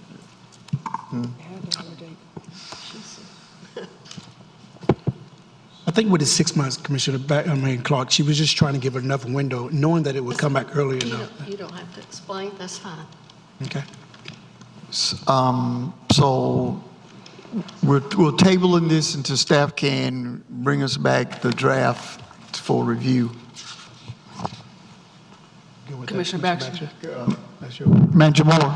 So if that's what Commissioner Baxter wants, then she needs to revise her motion, and Commissioner Miles needs to second that.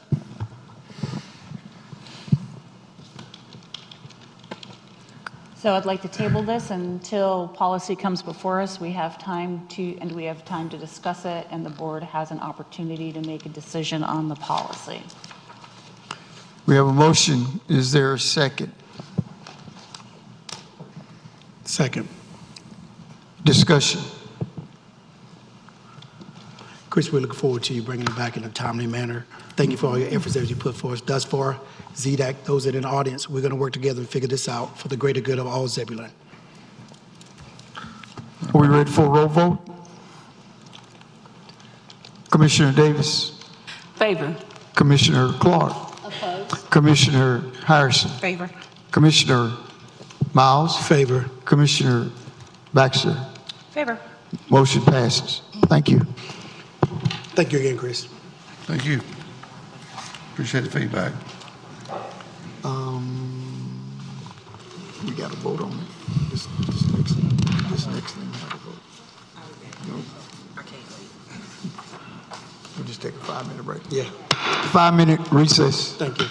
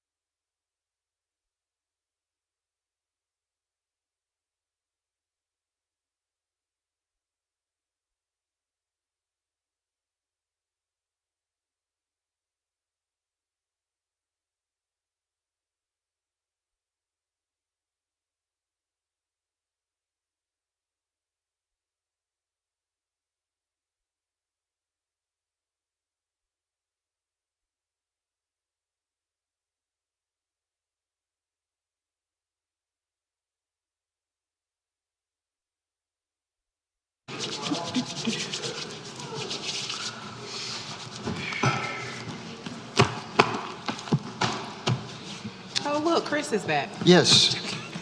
Public Works Maintenance Yard. Yes, sir. Thank you, Mayor, members of the board. Coming for you tonight to request a funding transfer to cover the shortfall for the Public Works Maintenance Yard project. As you recall, this project is part of the master plan that we completed last year, with the goal of, anytime you create a master plan, you want to make sure the site is going to work for you. And we have established by completing that master plan that the site will work for us in the next 20 years. So this year, as part of the funded budget, we started phase 1, which included clearing and grading, new entrance, a new concrete apron, 8-inch stone maintenance yard, a wet pond to address the stormwater needs, a fence for security, and a fence around the stormwater pond, and then right-of-way landscaping to meet zoning requirements. On March 19th, we advertised and requested 11 bidders to the project, 5 which were MBE. Bids were received on April 16th for the bidders. We had 4 bidders respond, with Turner Asphalt being the lowest responsible bidder at $560,000. The engineer's estimate was $384,000. Fortunately, one of the good things here that we have had 3 projects come in under budget: the Public Works Equipment Shed, demolition of the swimming pool, and downtown sidewalk cleaning. So tonight we come before you to ask you to approve ordinance 2024-44 to transfer $319,000 to the project. I stand ready to answer any questions you may have. Questions, comments from the board?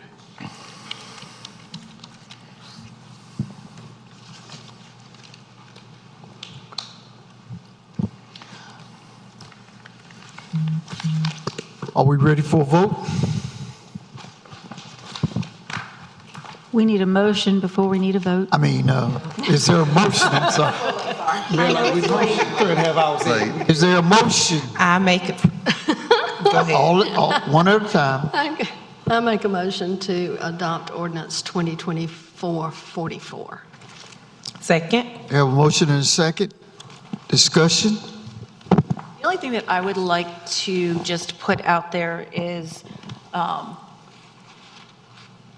in the future, I love when projects come in under budget, and I would just love to know, like, what our savings were. Like, you did tell us when the pool came in under budget, and I'd just like to have an idea of what those funds are, so that, like, it doesn't come as a shock that you were able to find $19,000 in savings that we didn't necessarily know were all available. That would be super helpful. Okay. To him, or would that be more so town manager? Who would have that, bring that knowledge? For future reference, who would bring that knowledge? I think probably for all departments. I was just looking at you, and maybe I shouldn't have just been looking at you, Chris. Just all departments, I'd like to know when we are able to realize savings. I think that just, it speaks to good project management, and it also lets us know that we do have funds available that can be directed towards other projects. So, to management, to Joe. Any other questions, comments from the board? Just last statement, how would that be made known? I don't think we solved that. Yeah, the manager and I will work something out, and then get you that data as we bid projects in the future. We'll make sure it's passed along to you. All right, thank you. Yes, to be specific, when we close out projects, which is, it's a process in the contract, when we complete those, we'll just report out. Perfect. Thank you. Any other questions, comments? We're ready for a roll vote. Commissioner Davis? Favor. Commissioner Clark? Favor. Commissioner Harrison? Favor. Commissioner Miles? Favor. Commissioner Baxter? Favor. Ordinance passes. Thank you. Thank you, guys. Appreciate it. Next, we had a consent pool item, letter of support, Wake County Historic Preservation Commission, Commissioner Miles. I pulled that. Pull that. I'm sorry? Did you pull it? Yes, ma'am. I did. I pulled it. And what I write down is, as we have received emails regarding this from those directly impacted by our decision. One is in opposition, received on Friday, and one is in favor, received this afternoon. I would like to table this actually until Thursday's work session to allow us to talk about it, the emails, and figure out which way we want to go and make a more informed decision. This thing up. There we go. I think it might be important to understand exactly what the implications of this decision are. First and foremost, there's no financial obligation to the town in any capacity. The standards that are in question are pertinent only to the Wake County Historic District Commission, and of such, we only have 3 Wake County historic landmarks located within the town of Zebulon. We're in one right now. The other 2 are at 205 East Sycamore, and the other is at 216 West Barbie. The standards that would be applicable would be in the event that these property owners went before the Wake County Historic Commission to make recommendations in terms of changing the architectural appearance, character, or features of that, in which case the Wake County Historic Preservation Commission would use those standards in determining whether or not it'd be appropriate to issue a certificate of appropriateness. Certificate of appropriateness is much like a zoning compliance permit. It is an indication that the work that you are proposing to do is in compliance with subject guidelines. The standards that would be reviewed, they're reviewed on a periodic basis, typically 10 years. It's been 14 years since the last time these particular standards were reviewed, and the deadline for this to be submitted to SHPO by Wake County Historic Preservation is Friday morning. So I do worry that discussions on Thursday afternoon might be a little late in order for us to properly draft up the letter and then be able to get it to the requester in time for the grant application. Do you not have the letter drafted now? No, I do not. There's a sample draft letter that they've sent. We were going to use that sample language. That sample language actually came from the town of Holly Springs when they supported it. Apex also, they submitted a draft of Apex's letter, as well as Wake County's letter. Wake County includes some additional funding contributions towards this, but those 2 municipalities, they submitted as sample draft letters for us. We do have the person who wrote the letter in opposition, and I just would like to understand, I've heard presentation. I also reached out to Gary Roth and asked for clarification on some of his verbiage, and it was just about as clear as mud for me, pretty much saying that SHPO would not look favorably upon us if we did not support them.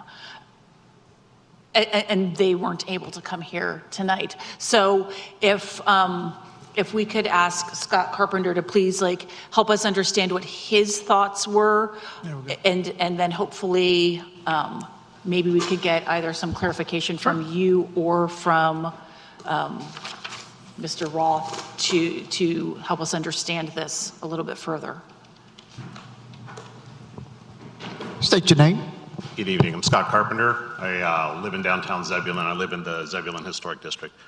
First, let me say that, to the best of my knowledge, SHPO loves you.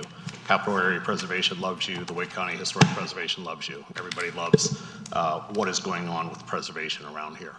And I know Mr. Roth. Mr. Roth is president of Capital Area Preservation. They are subcontracted by the Wake County Historic Preservation Commission.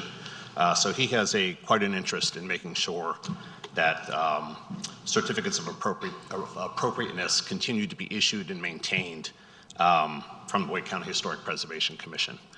It's not a program that I personally am in a big favor of. When Mary Beth and I purchased our house and people came to us and said, what's going on in Zebulon with preservation, what can be done?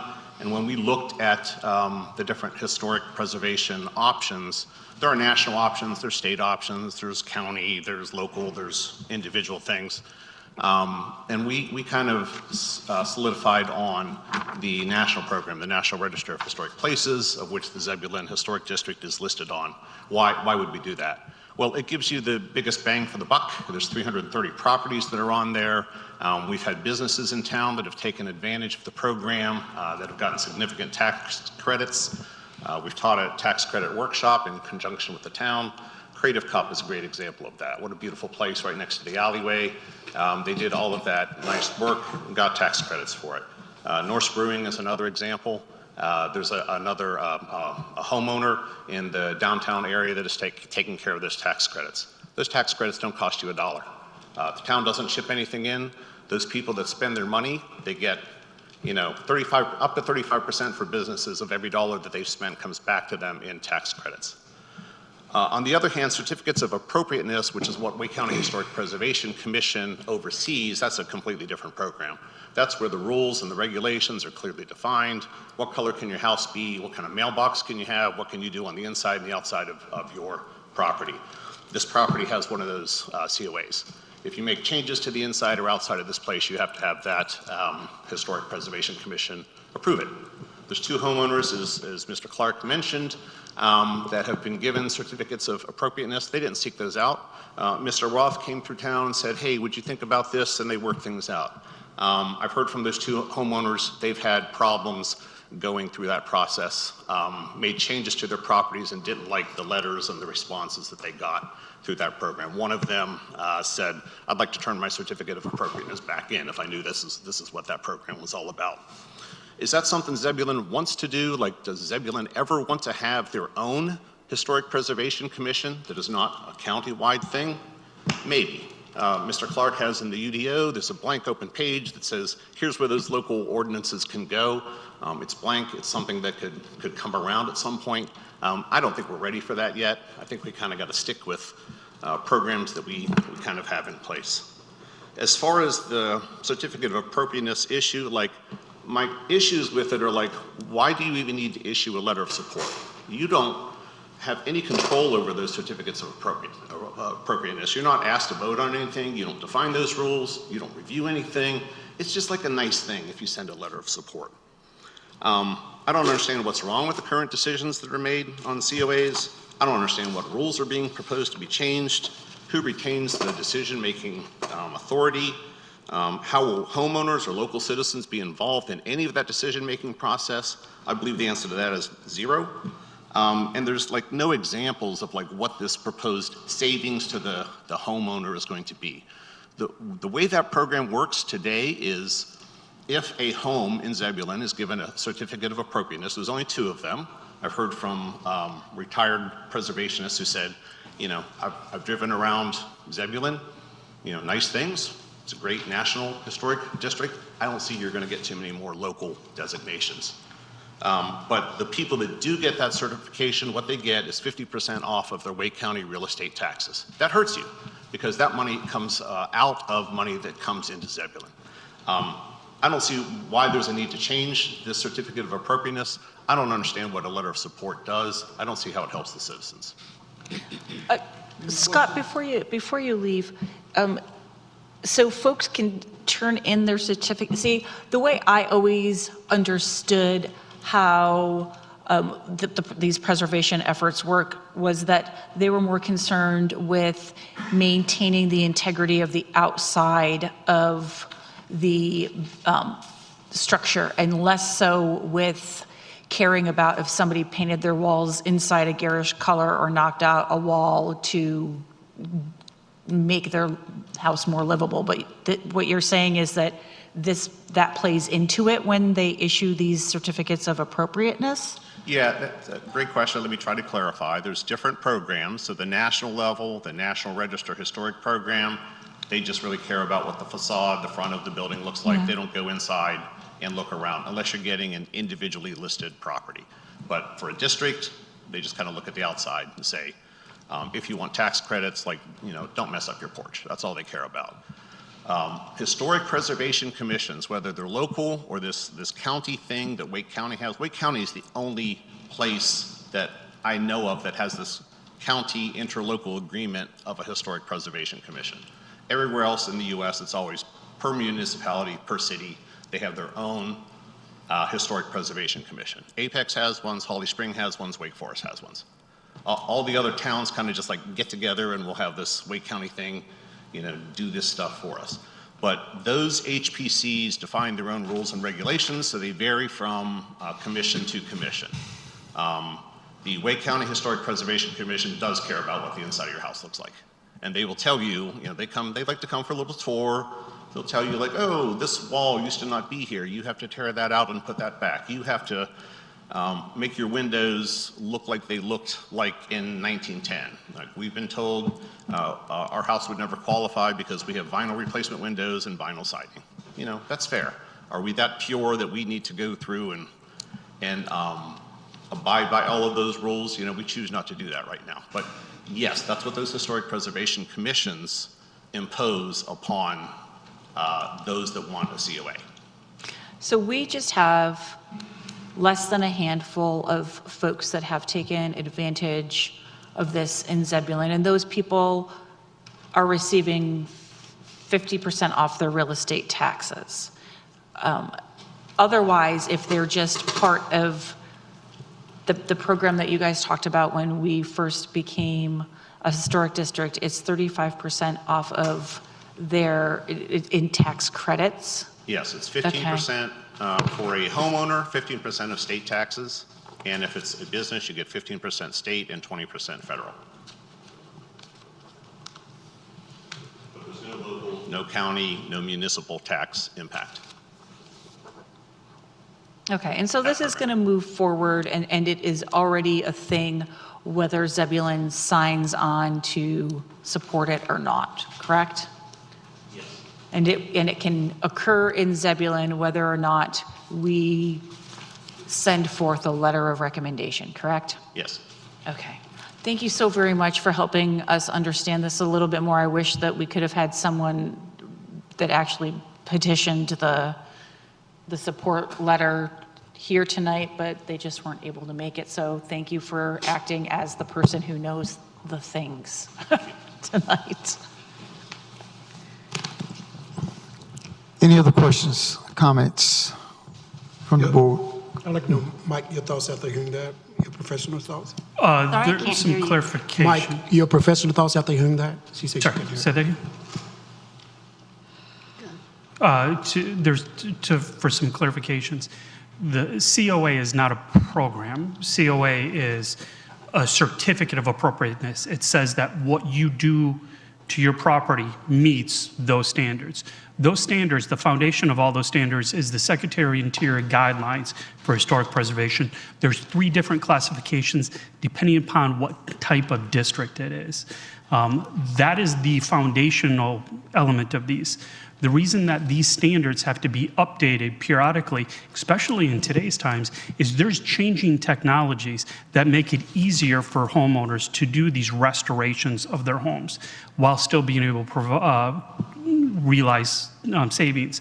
There's other restrictions that actually would otherwise prohibit some of these property owners from doing these things. Think of the incandescent light bulb as an example. Well, the new standards could take in consideration the lumen output of LED lights to make them more energy efficient while still meeting the spirit and intent of those historic preservation regulations. The other is right now, there's only a couple communities within Wake County that have historic districts on their own. Wake Forest and City of Raleigh. Apex, Holly Springs, and several others all utilize Wake County Historic Preservation to operate their historic designations. Specifically in Zebulon, we have those 3 landmark designations, and those 3 are the only 3 that would really be affected by the proposed modifications. In terms of the process and involvement, the grant would hire a third-party consultant that would come in and do a full analyzing of what the standards are in relation to construction trends and those Secretary of Interior guidelines. There could be the possibility of public engagement. I don't know to what extent that would occur, however. Realistically, it comes down to the existing regulations at the federal level as well as those building trends to make sure. The decision-making authority would remain with Wake County Historic Preservation. That's not part of the proposed changes or anything that is being requested by Wake County Historic Preservation. Once again, it's only for those 3 landmark buildings one of which that you're in tonight. And this building is also on the federal or the national landmark registry as well. But since we've made a whole bunch of interior modifications, they could say, we are revoking your certificate of appropriateness? No. Okay. And once again, certificate of appropriateness, let's say you want to paint the exterior of a house that has historically had paint. You would make some minor repairs along with that. You get that certificate of appropriateness. It is just saying that work that is being done is appropriate for that time period of what that structure was built. The landmark designation is what I think was the confusing part, where it was referred to as the COA program. It's White County Landmark Program.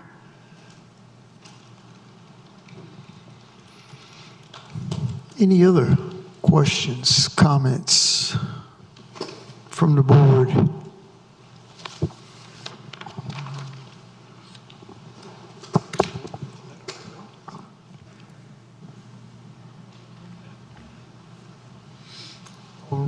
Are we ready for a motion? I just want to make sure I understand this correct. So this letter, there again, I will post to Mr. Carpenter as well. Will this letter hurt our current preservation in Zebulon in any way, shape, form, or fashion? Is that what I'm to understand? Is that a question for me? You can answer that too as well. Yeah, no, the proposed letter has zero relevance on our National Historic District, how that operates, any potential tax credits, no influence on that whatsoever. The only thing that this letter does is help White County Historic Preservation potentially get a grant from the State Historic Preservation Office to have somebody study the standards that White County Historic Preservation uses to determine whether they should issue a certificate of appropriateness or not for landmark buildings within Zebulon and several other communities. So it's not going to change anything that they're currently doing? No, sir, it will not. Okay. Thank you. Any other questions, comments from the board? Are we ready for a motion?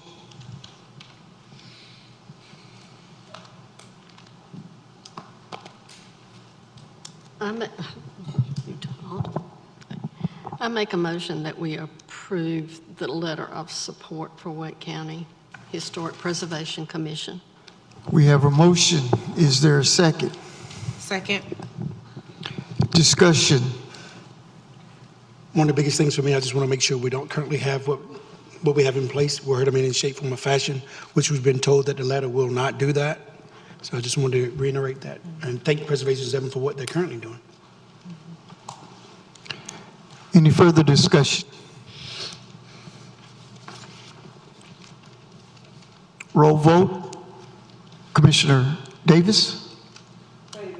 Commissioner Clark? Favor. Commissioner Harrison? Favor. Commissioner Miles? Favor. Commissioner Baxter?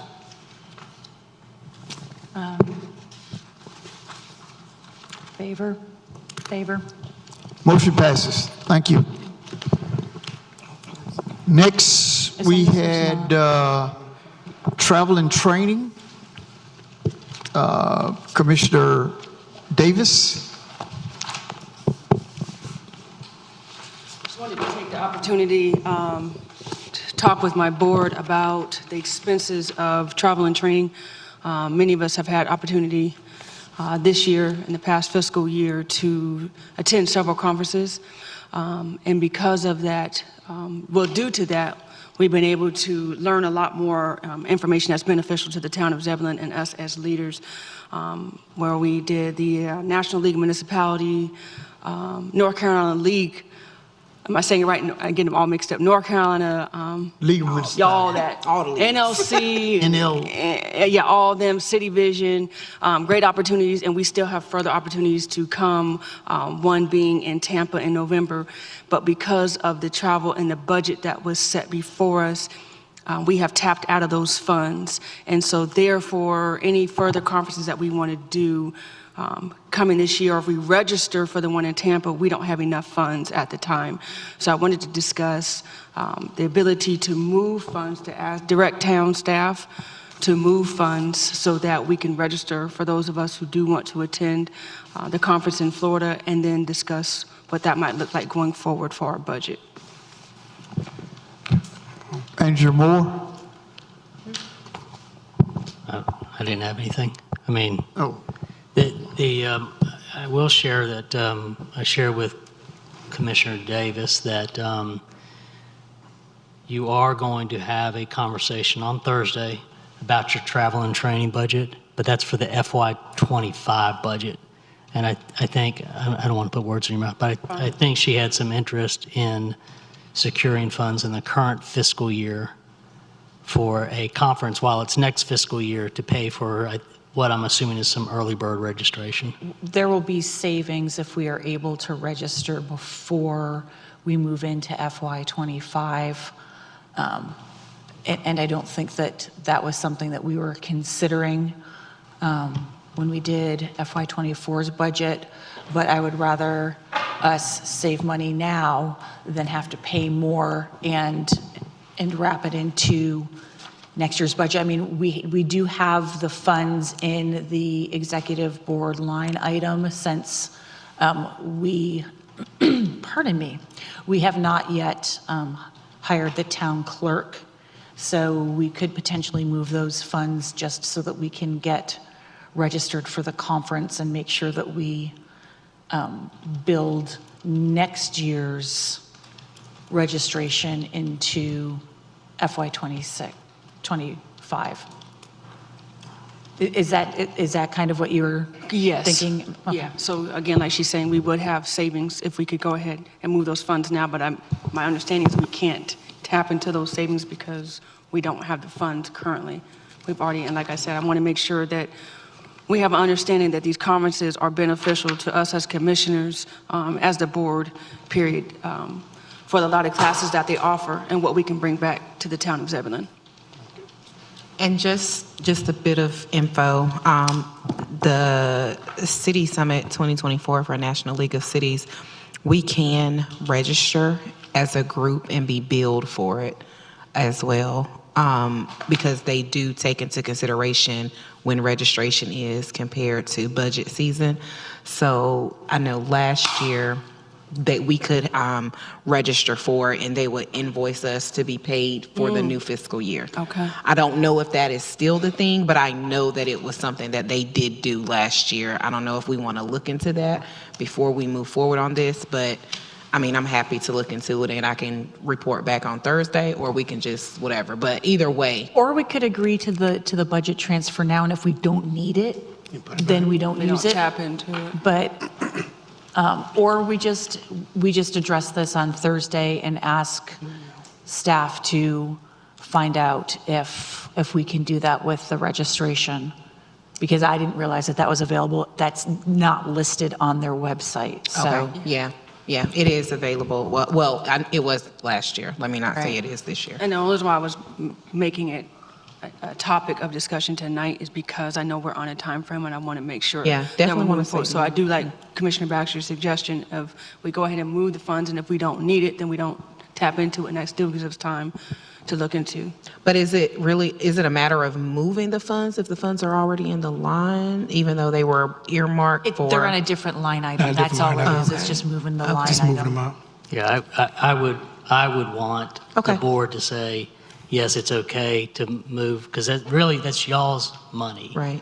But some sort of recognition, a motion would be great.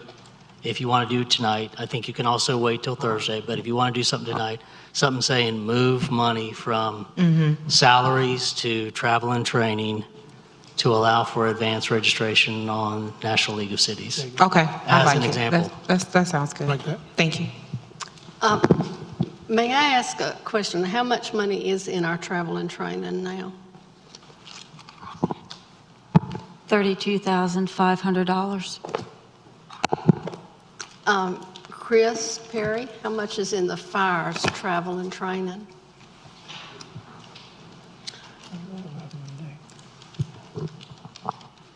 excuse me, I'll just hit the closest mic, about $7,000 if my, and that covers the entire fire department, about 60 people.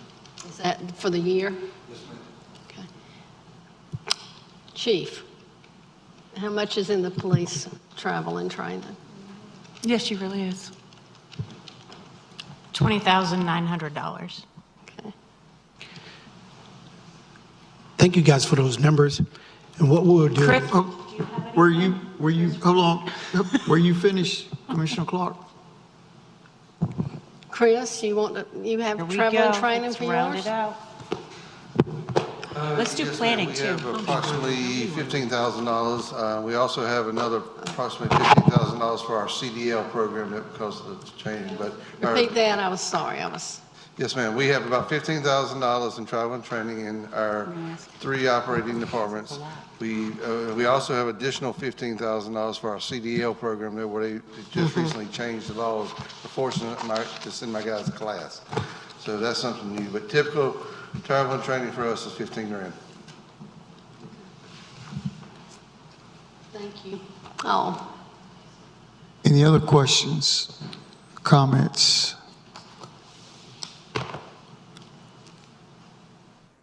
I think we were entertaining a motion. Did someone want to make a motion? Commissioner Davis? If I can state it correctly, I would like to make a motion to direct town staff to move funds from, what was it? Salaries, I think it was. Yeah, salaries to travel and training for the Board of Commissioners for the fiscal year of '24. And that's to register, so we know how much to transfer. Is that to register for everyone for National League of Cities or what? Correct. Yes, sir. Not everyone. For Yeah, those even that though wanna go. everyone might not I attend. have one that might not be interested. You get 2, I'm not going. Okay. We have a motion. Is there Second. second? Discussion? Roll vote. Commissioner Baxter? In favor. Commissioner Miles? Favor. Commissioner Clark? You skipped one. you skipped just, May have meant to do. He was coming back to me. oh, okay, He okay. switches it up. Opposed. Commissioner Davis? Favor. Commissioner Harrison? I want to vote, but Bobby keeps raising his hand, so I'm not sure. Oh, you need a number. Bobby, they said it'd be enough to cover them to go to National League of Cities in November, so I'll have to figure out how much that is. Okay, favor. Motion passes. Thank you.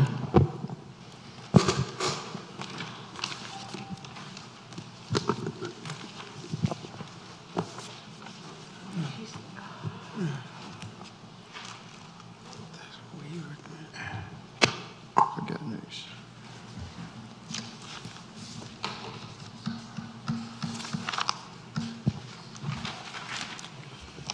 Board comments? Commissioner Baxter? Absolutely.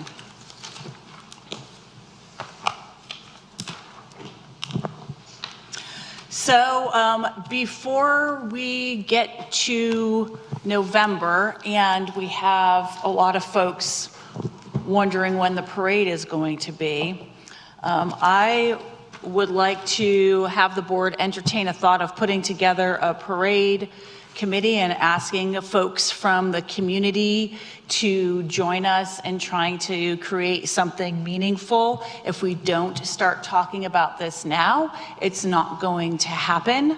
I would absolutely ask to loop in both a representative from Public Works as well as a representative from the police department on this committee, just so that we can make sure that we are getting a holistic picture of what the parade would look like and what the cost would be and what type of volunteers we would need.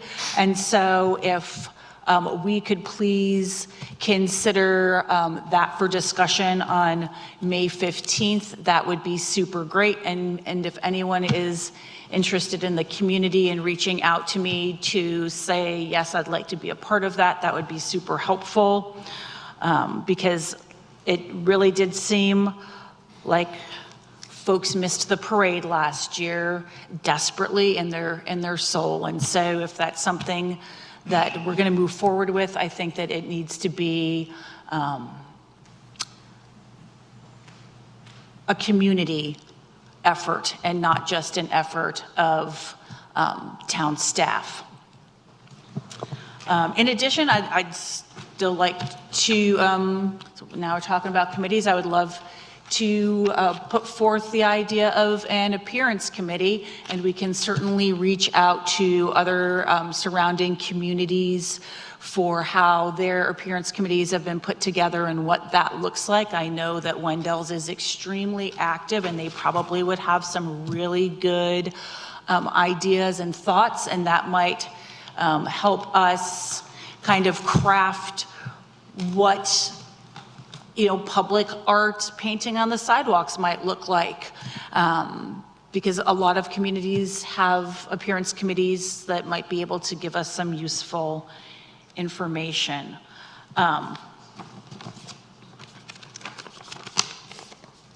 We all went to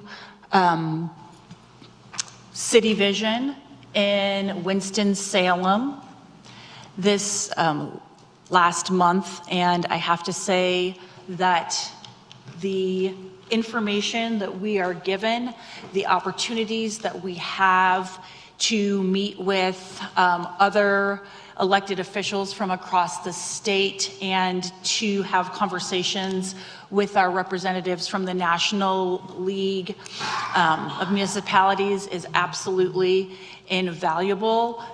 We are able to talk to people that lobby on our behalf, and one of the biggest things that the League of Municipalities is very strongly committed to is to ensuring that small towns, large towns, all towns have sovereignty outside of state control, because we know what is best for our community.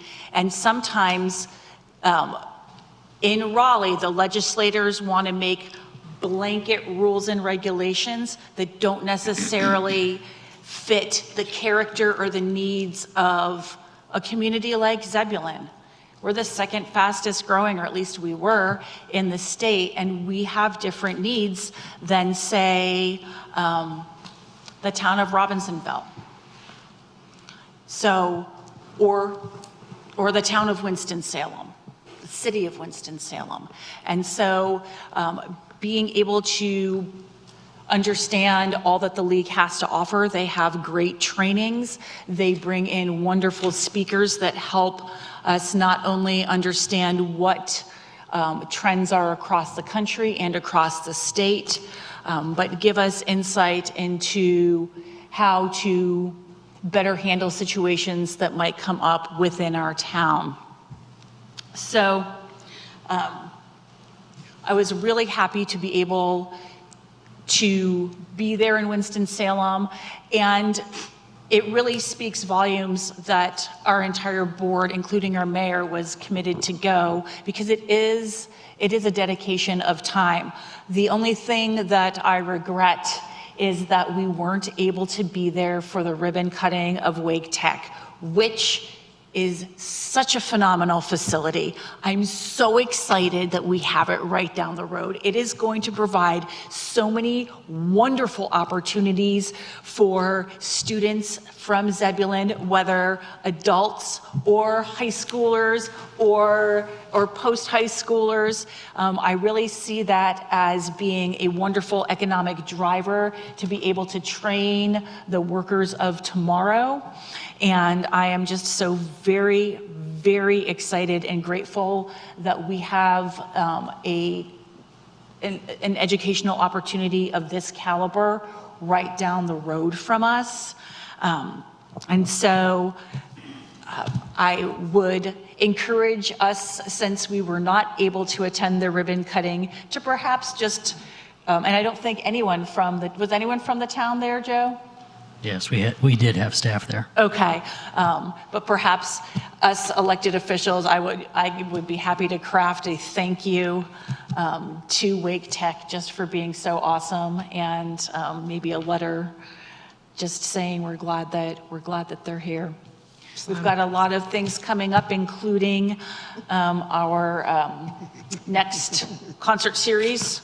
So I guess that I'm not headlining yet again, which is a tremendous disappointment, but I will keep auditioning to the Parks and Rec Department, and one of these days they might be like, well, we're having Rock the Block on Horton Street.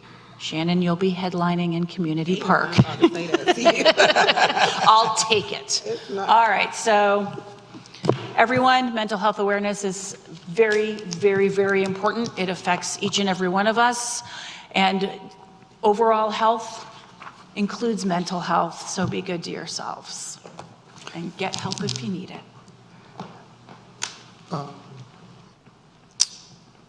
The head of Wake Tech, Dr., what is his name? Anyway, he said anytime we want to come out and do visits, we can set that up as a board. Awesome. So we can plan on doing that. Commissioner Davis.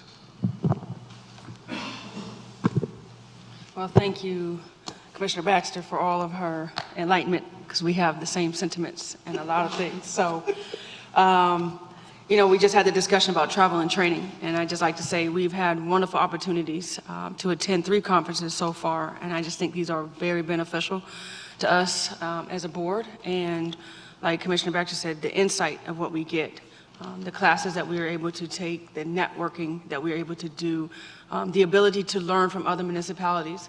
You know, you can try to serve from within and stay within, but I've learned very quickly that will give you a small frame of mind. Other municipalities are doing great things, and so to be able to network with them, to learn more, to bring back great information and great ideas of what we want our town to look like, it's uncomparable and it's beneficial. So I just want to make sure that we continue to do that.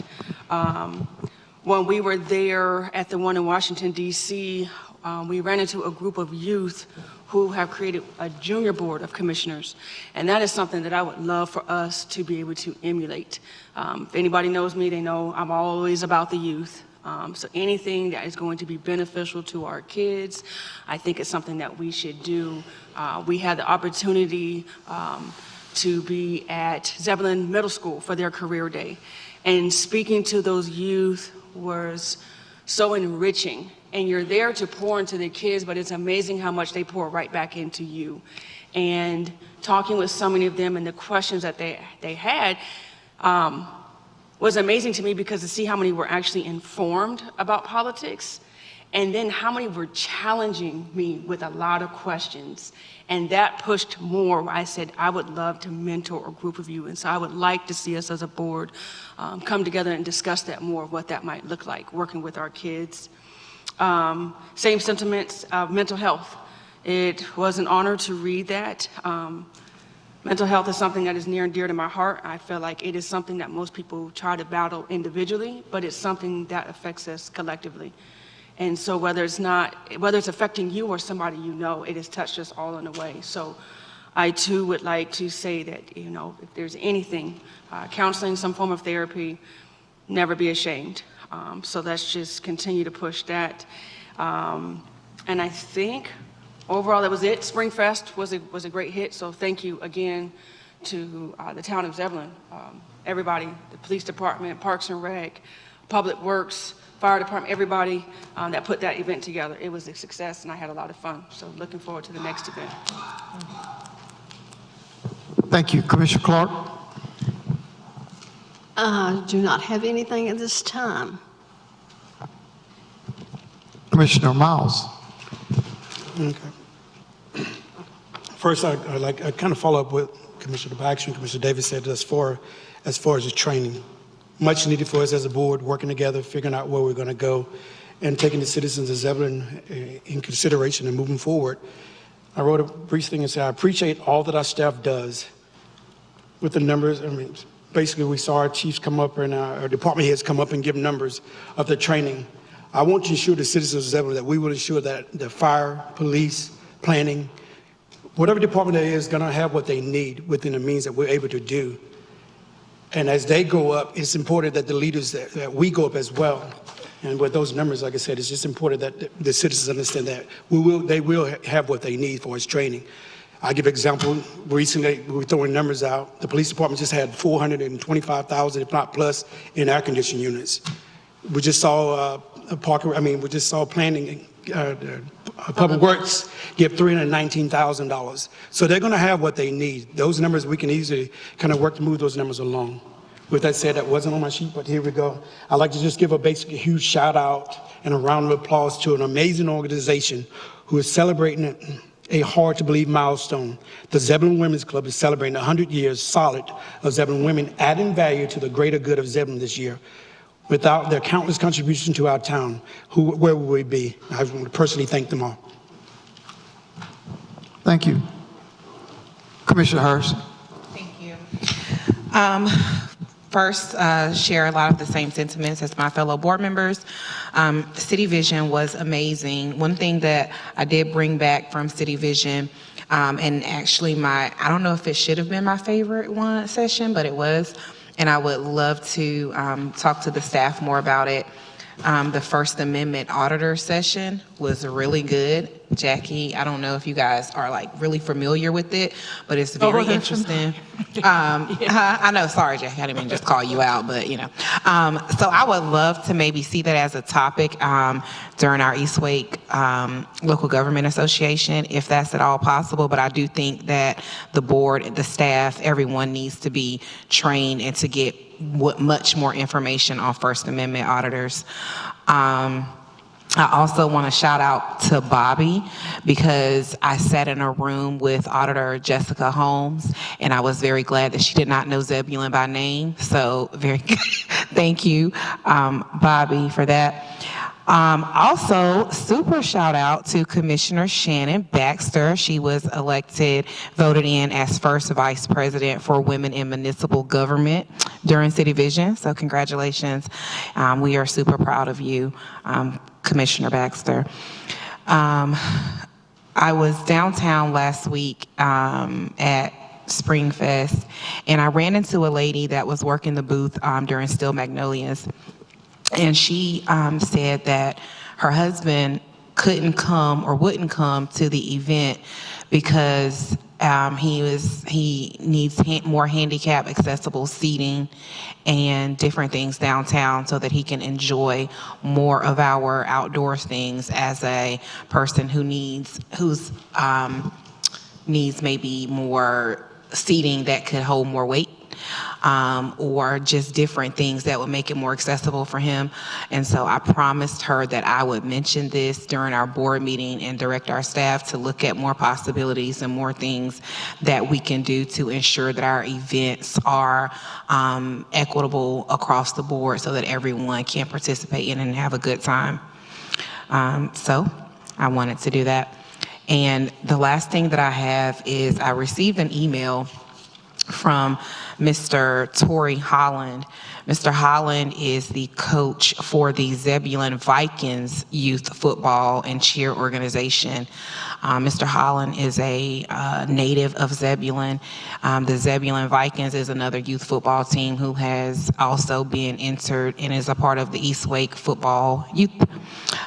They have been working with our Parks and Rec department, along with Nick, Sheila, and everyone with bringing youth football. They actually have 75 kids who are currently registered in their program. And so I've asked them to come to speak to the board and to share what they are doing and all the great things that they are doing in Zebulon as it related to football. Super excited that we have so much interest in our youth here in Zebulon, and just want to ensure that we are doing our due diligence and doing our best part to spread the love to everyone who wants to have an effect on our youth in the community. Thank you. Thank you. We celebrated the other day with the Shepherd's Way National Day of Prayer. Thought it was very timely coming on the heels of our first responders down in Charlotte that lost their lives serving their duty to protect and serve. It's a dangerous job that our police have on a daily basis. Every day they go out, they don't know if they're going to come back home or not. It is a job that it takes someone of high integrity to perform those type of duties and want to protect and serve. So I was glad to see our first responders at the National Day of Prayer. And it's something that we probably can expand on for next year also. And with that, manager's report. Thank you, Mayor. Thank you, Mayor. I'm going to recognize Planning Director Michael Clark to give you and the community a development update, and then following him, Budget and Finance Director Bobby Fitz will report out some budget transfers that we had to make, and then that will conclude the manager's report. Good evening once again, Mayor, members of the board. The first item in the development update is we're anticipating having a joint public hearing in June. It is for 901 MacTodd Road. It is a townhome product. As you may recall, this project originally received approval a couple years ago as a bungalow court, which is a different style residential development. They were unable to make the numbers work in order for that proposed development. So they'll be coming back before you for a conditional rezoning request for that. This is a former Negrita court. That is correct. The other element is to provide a bit of a heads up. You may see earthwork start happening on the Tractor Supply site. We have authorized the early grading permit. They're finalizing the last of their easements and a couple details before moving forward. We do also have a couple other rezonings that will be coming before you this fall, and those will be as part of your development update in June. Does anybody have any questions? Questions, comments? I do. Go ahead. And this might also be something that the chief of police could speak to, but I'm sure that you have that information. Could you please speak to the forthcoming signalization on 39 and 264? Yeah, that's been a project that we've been really pushing the developer to move forward with for quite some time. They are now approaching it. Actually, I believe the Public Works Director, Chris Wright, has even more details than I do. He's been working directly with the developer to get that situated. But that, we're anticipating construction beginning on that very soon. He's nodding his head, yes. That will be a substantial safety improvement to that particular intersection. And that's an example of road improvements that are actually being done by developers as opposed to town funded. Could I ask that either the planning department or that our communication director put some kind of verbiage out on our social media pages, kind of addressing that is forthcoming, because we've just had so many incidents recently that it would, I know that the public would appreciate knowing that that's in the works and coming soon. Yeah, we can definitely work with the communications director to do that. Okay, great, thank you so much. Yeah, no problem. Any more questions for Mike? Thank you.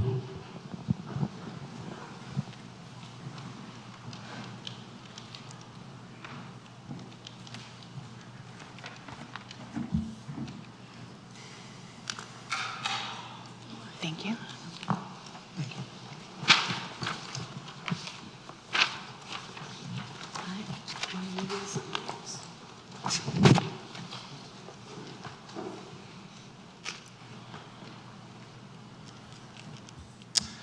All right, just need to, as Joe mentioned, report some budget transfers that have been done.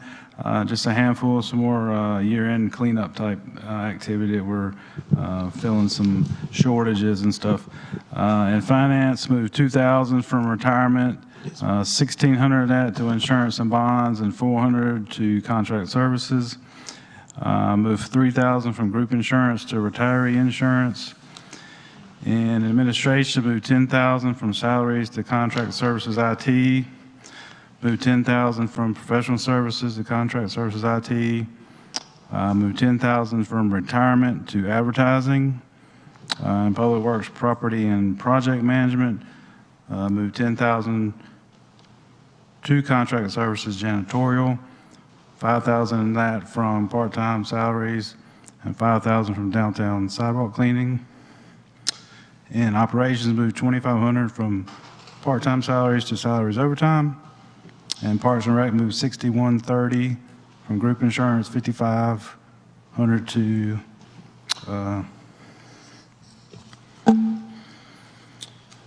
insurance and bonds, and you see the rest. I won't read them all, but I'm vision blurry. But that's it for now.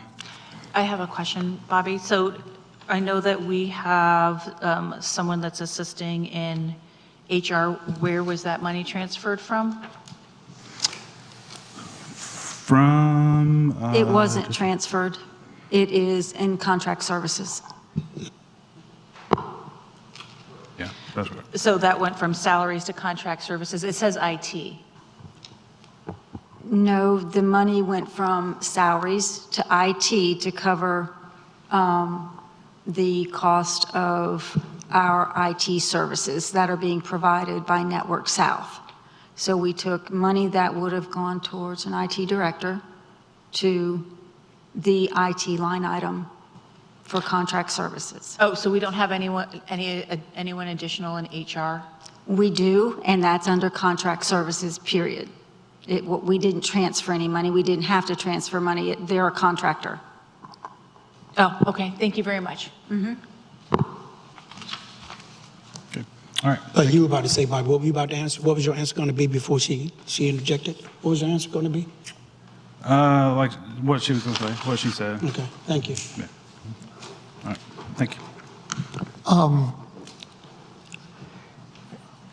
One of the things, you go to these conferences and you learn too much, I guess. That was a workshop on, I think they call it pension spiking.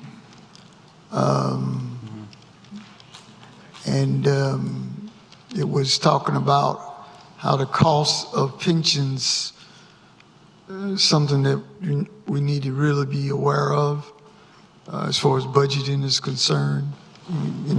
Any thoughts on that or comments? The pension spiking thing is when, I think we get those letters when people hit like a certain base salary amount. When they get a certain age, I believe is when it's in the letter. I think more what you're referring to is the increasing percentage of the employer portion of contribution to retirement system. Right. The costs have been increasing for, well, I remember when I started, it was like 4% or 5 or something. Now it's like 20. And to help fund the pension, they increased it. They did a rate equalization policy that they adopted back in about 4 years ago, where they said it's a set increase where we know for budgeting purposes it's going up each year 0.75% or 1% each year. That's probably what they're referring to. But the pension spiking thing is not really so much about the increased cost of the pension, but more so for people. It's a protection of like a balloon type raise or whatever at the end of someone's career. That's kind of what that is. But yeah, like this year, you'll see. I mean, if you compare year over year, 5 years ago compared to now, the retirement expenditure line has increased a lot. Some of that's based on adding personnel, but a huge chunk of it is the increase in the rate. Just something I want us to be cautious of. Yeah. Any other questions, comments? Thank you.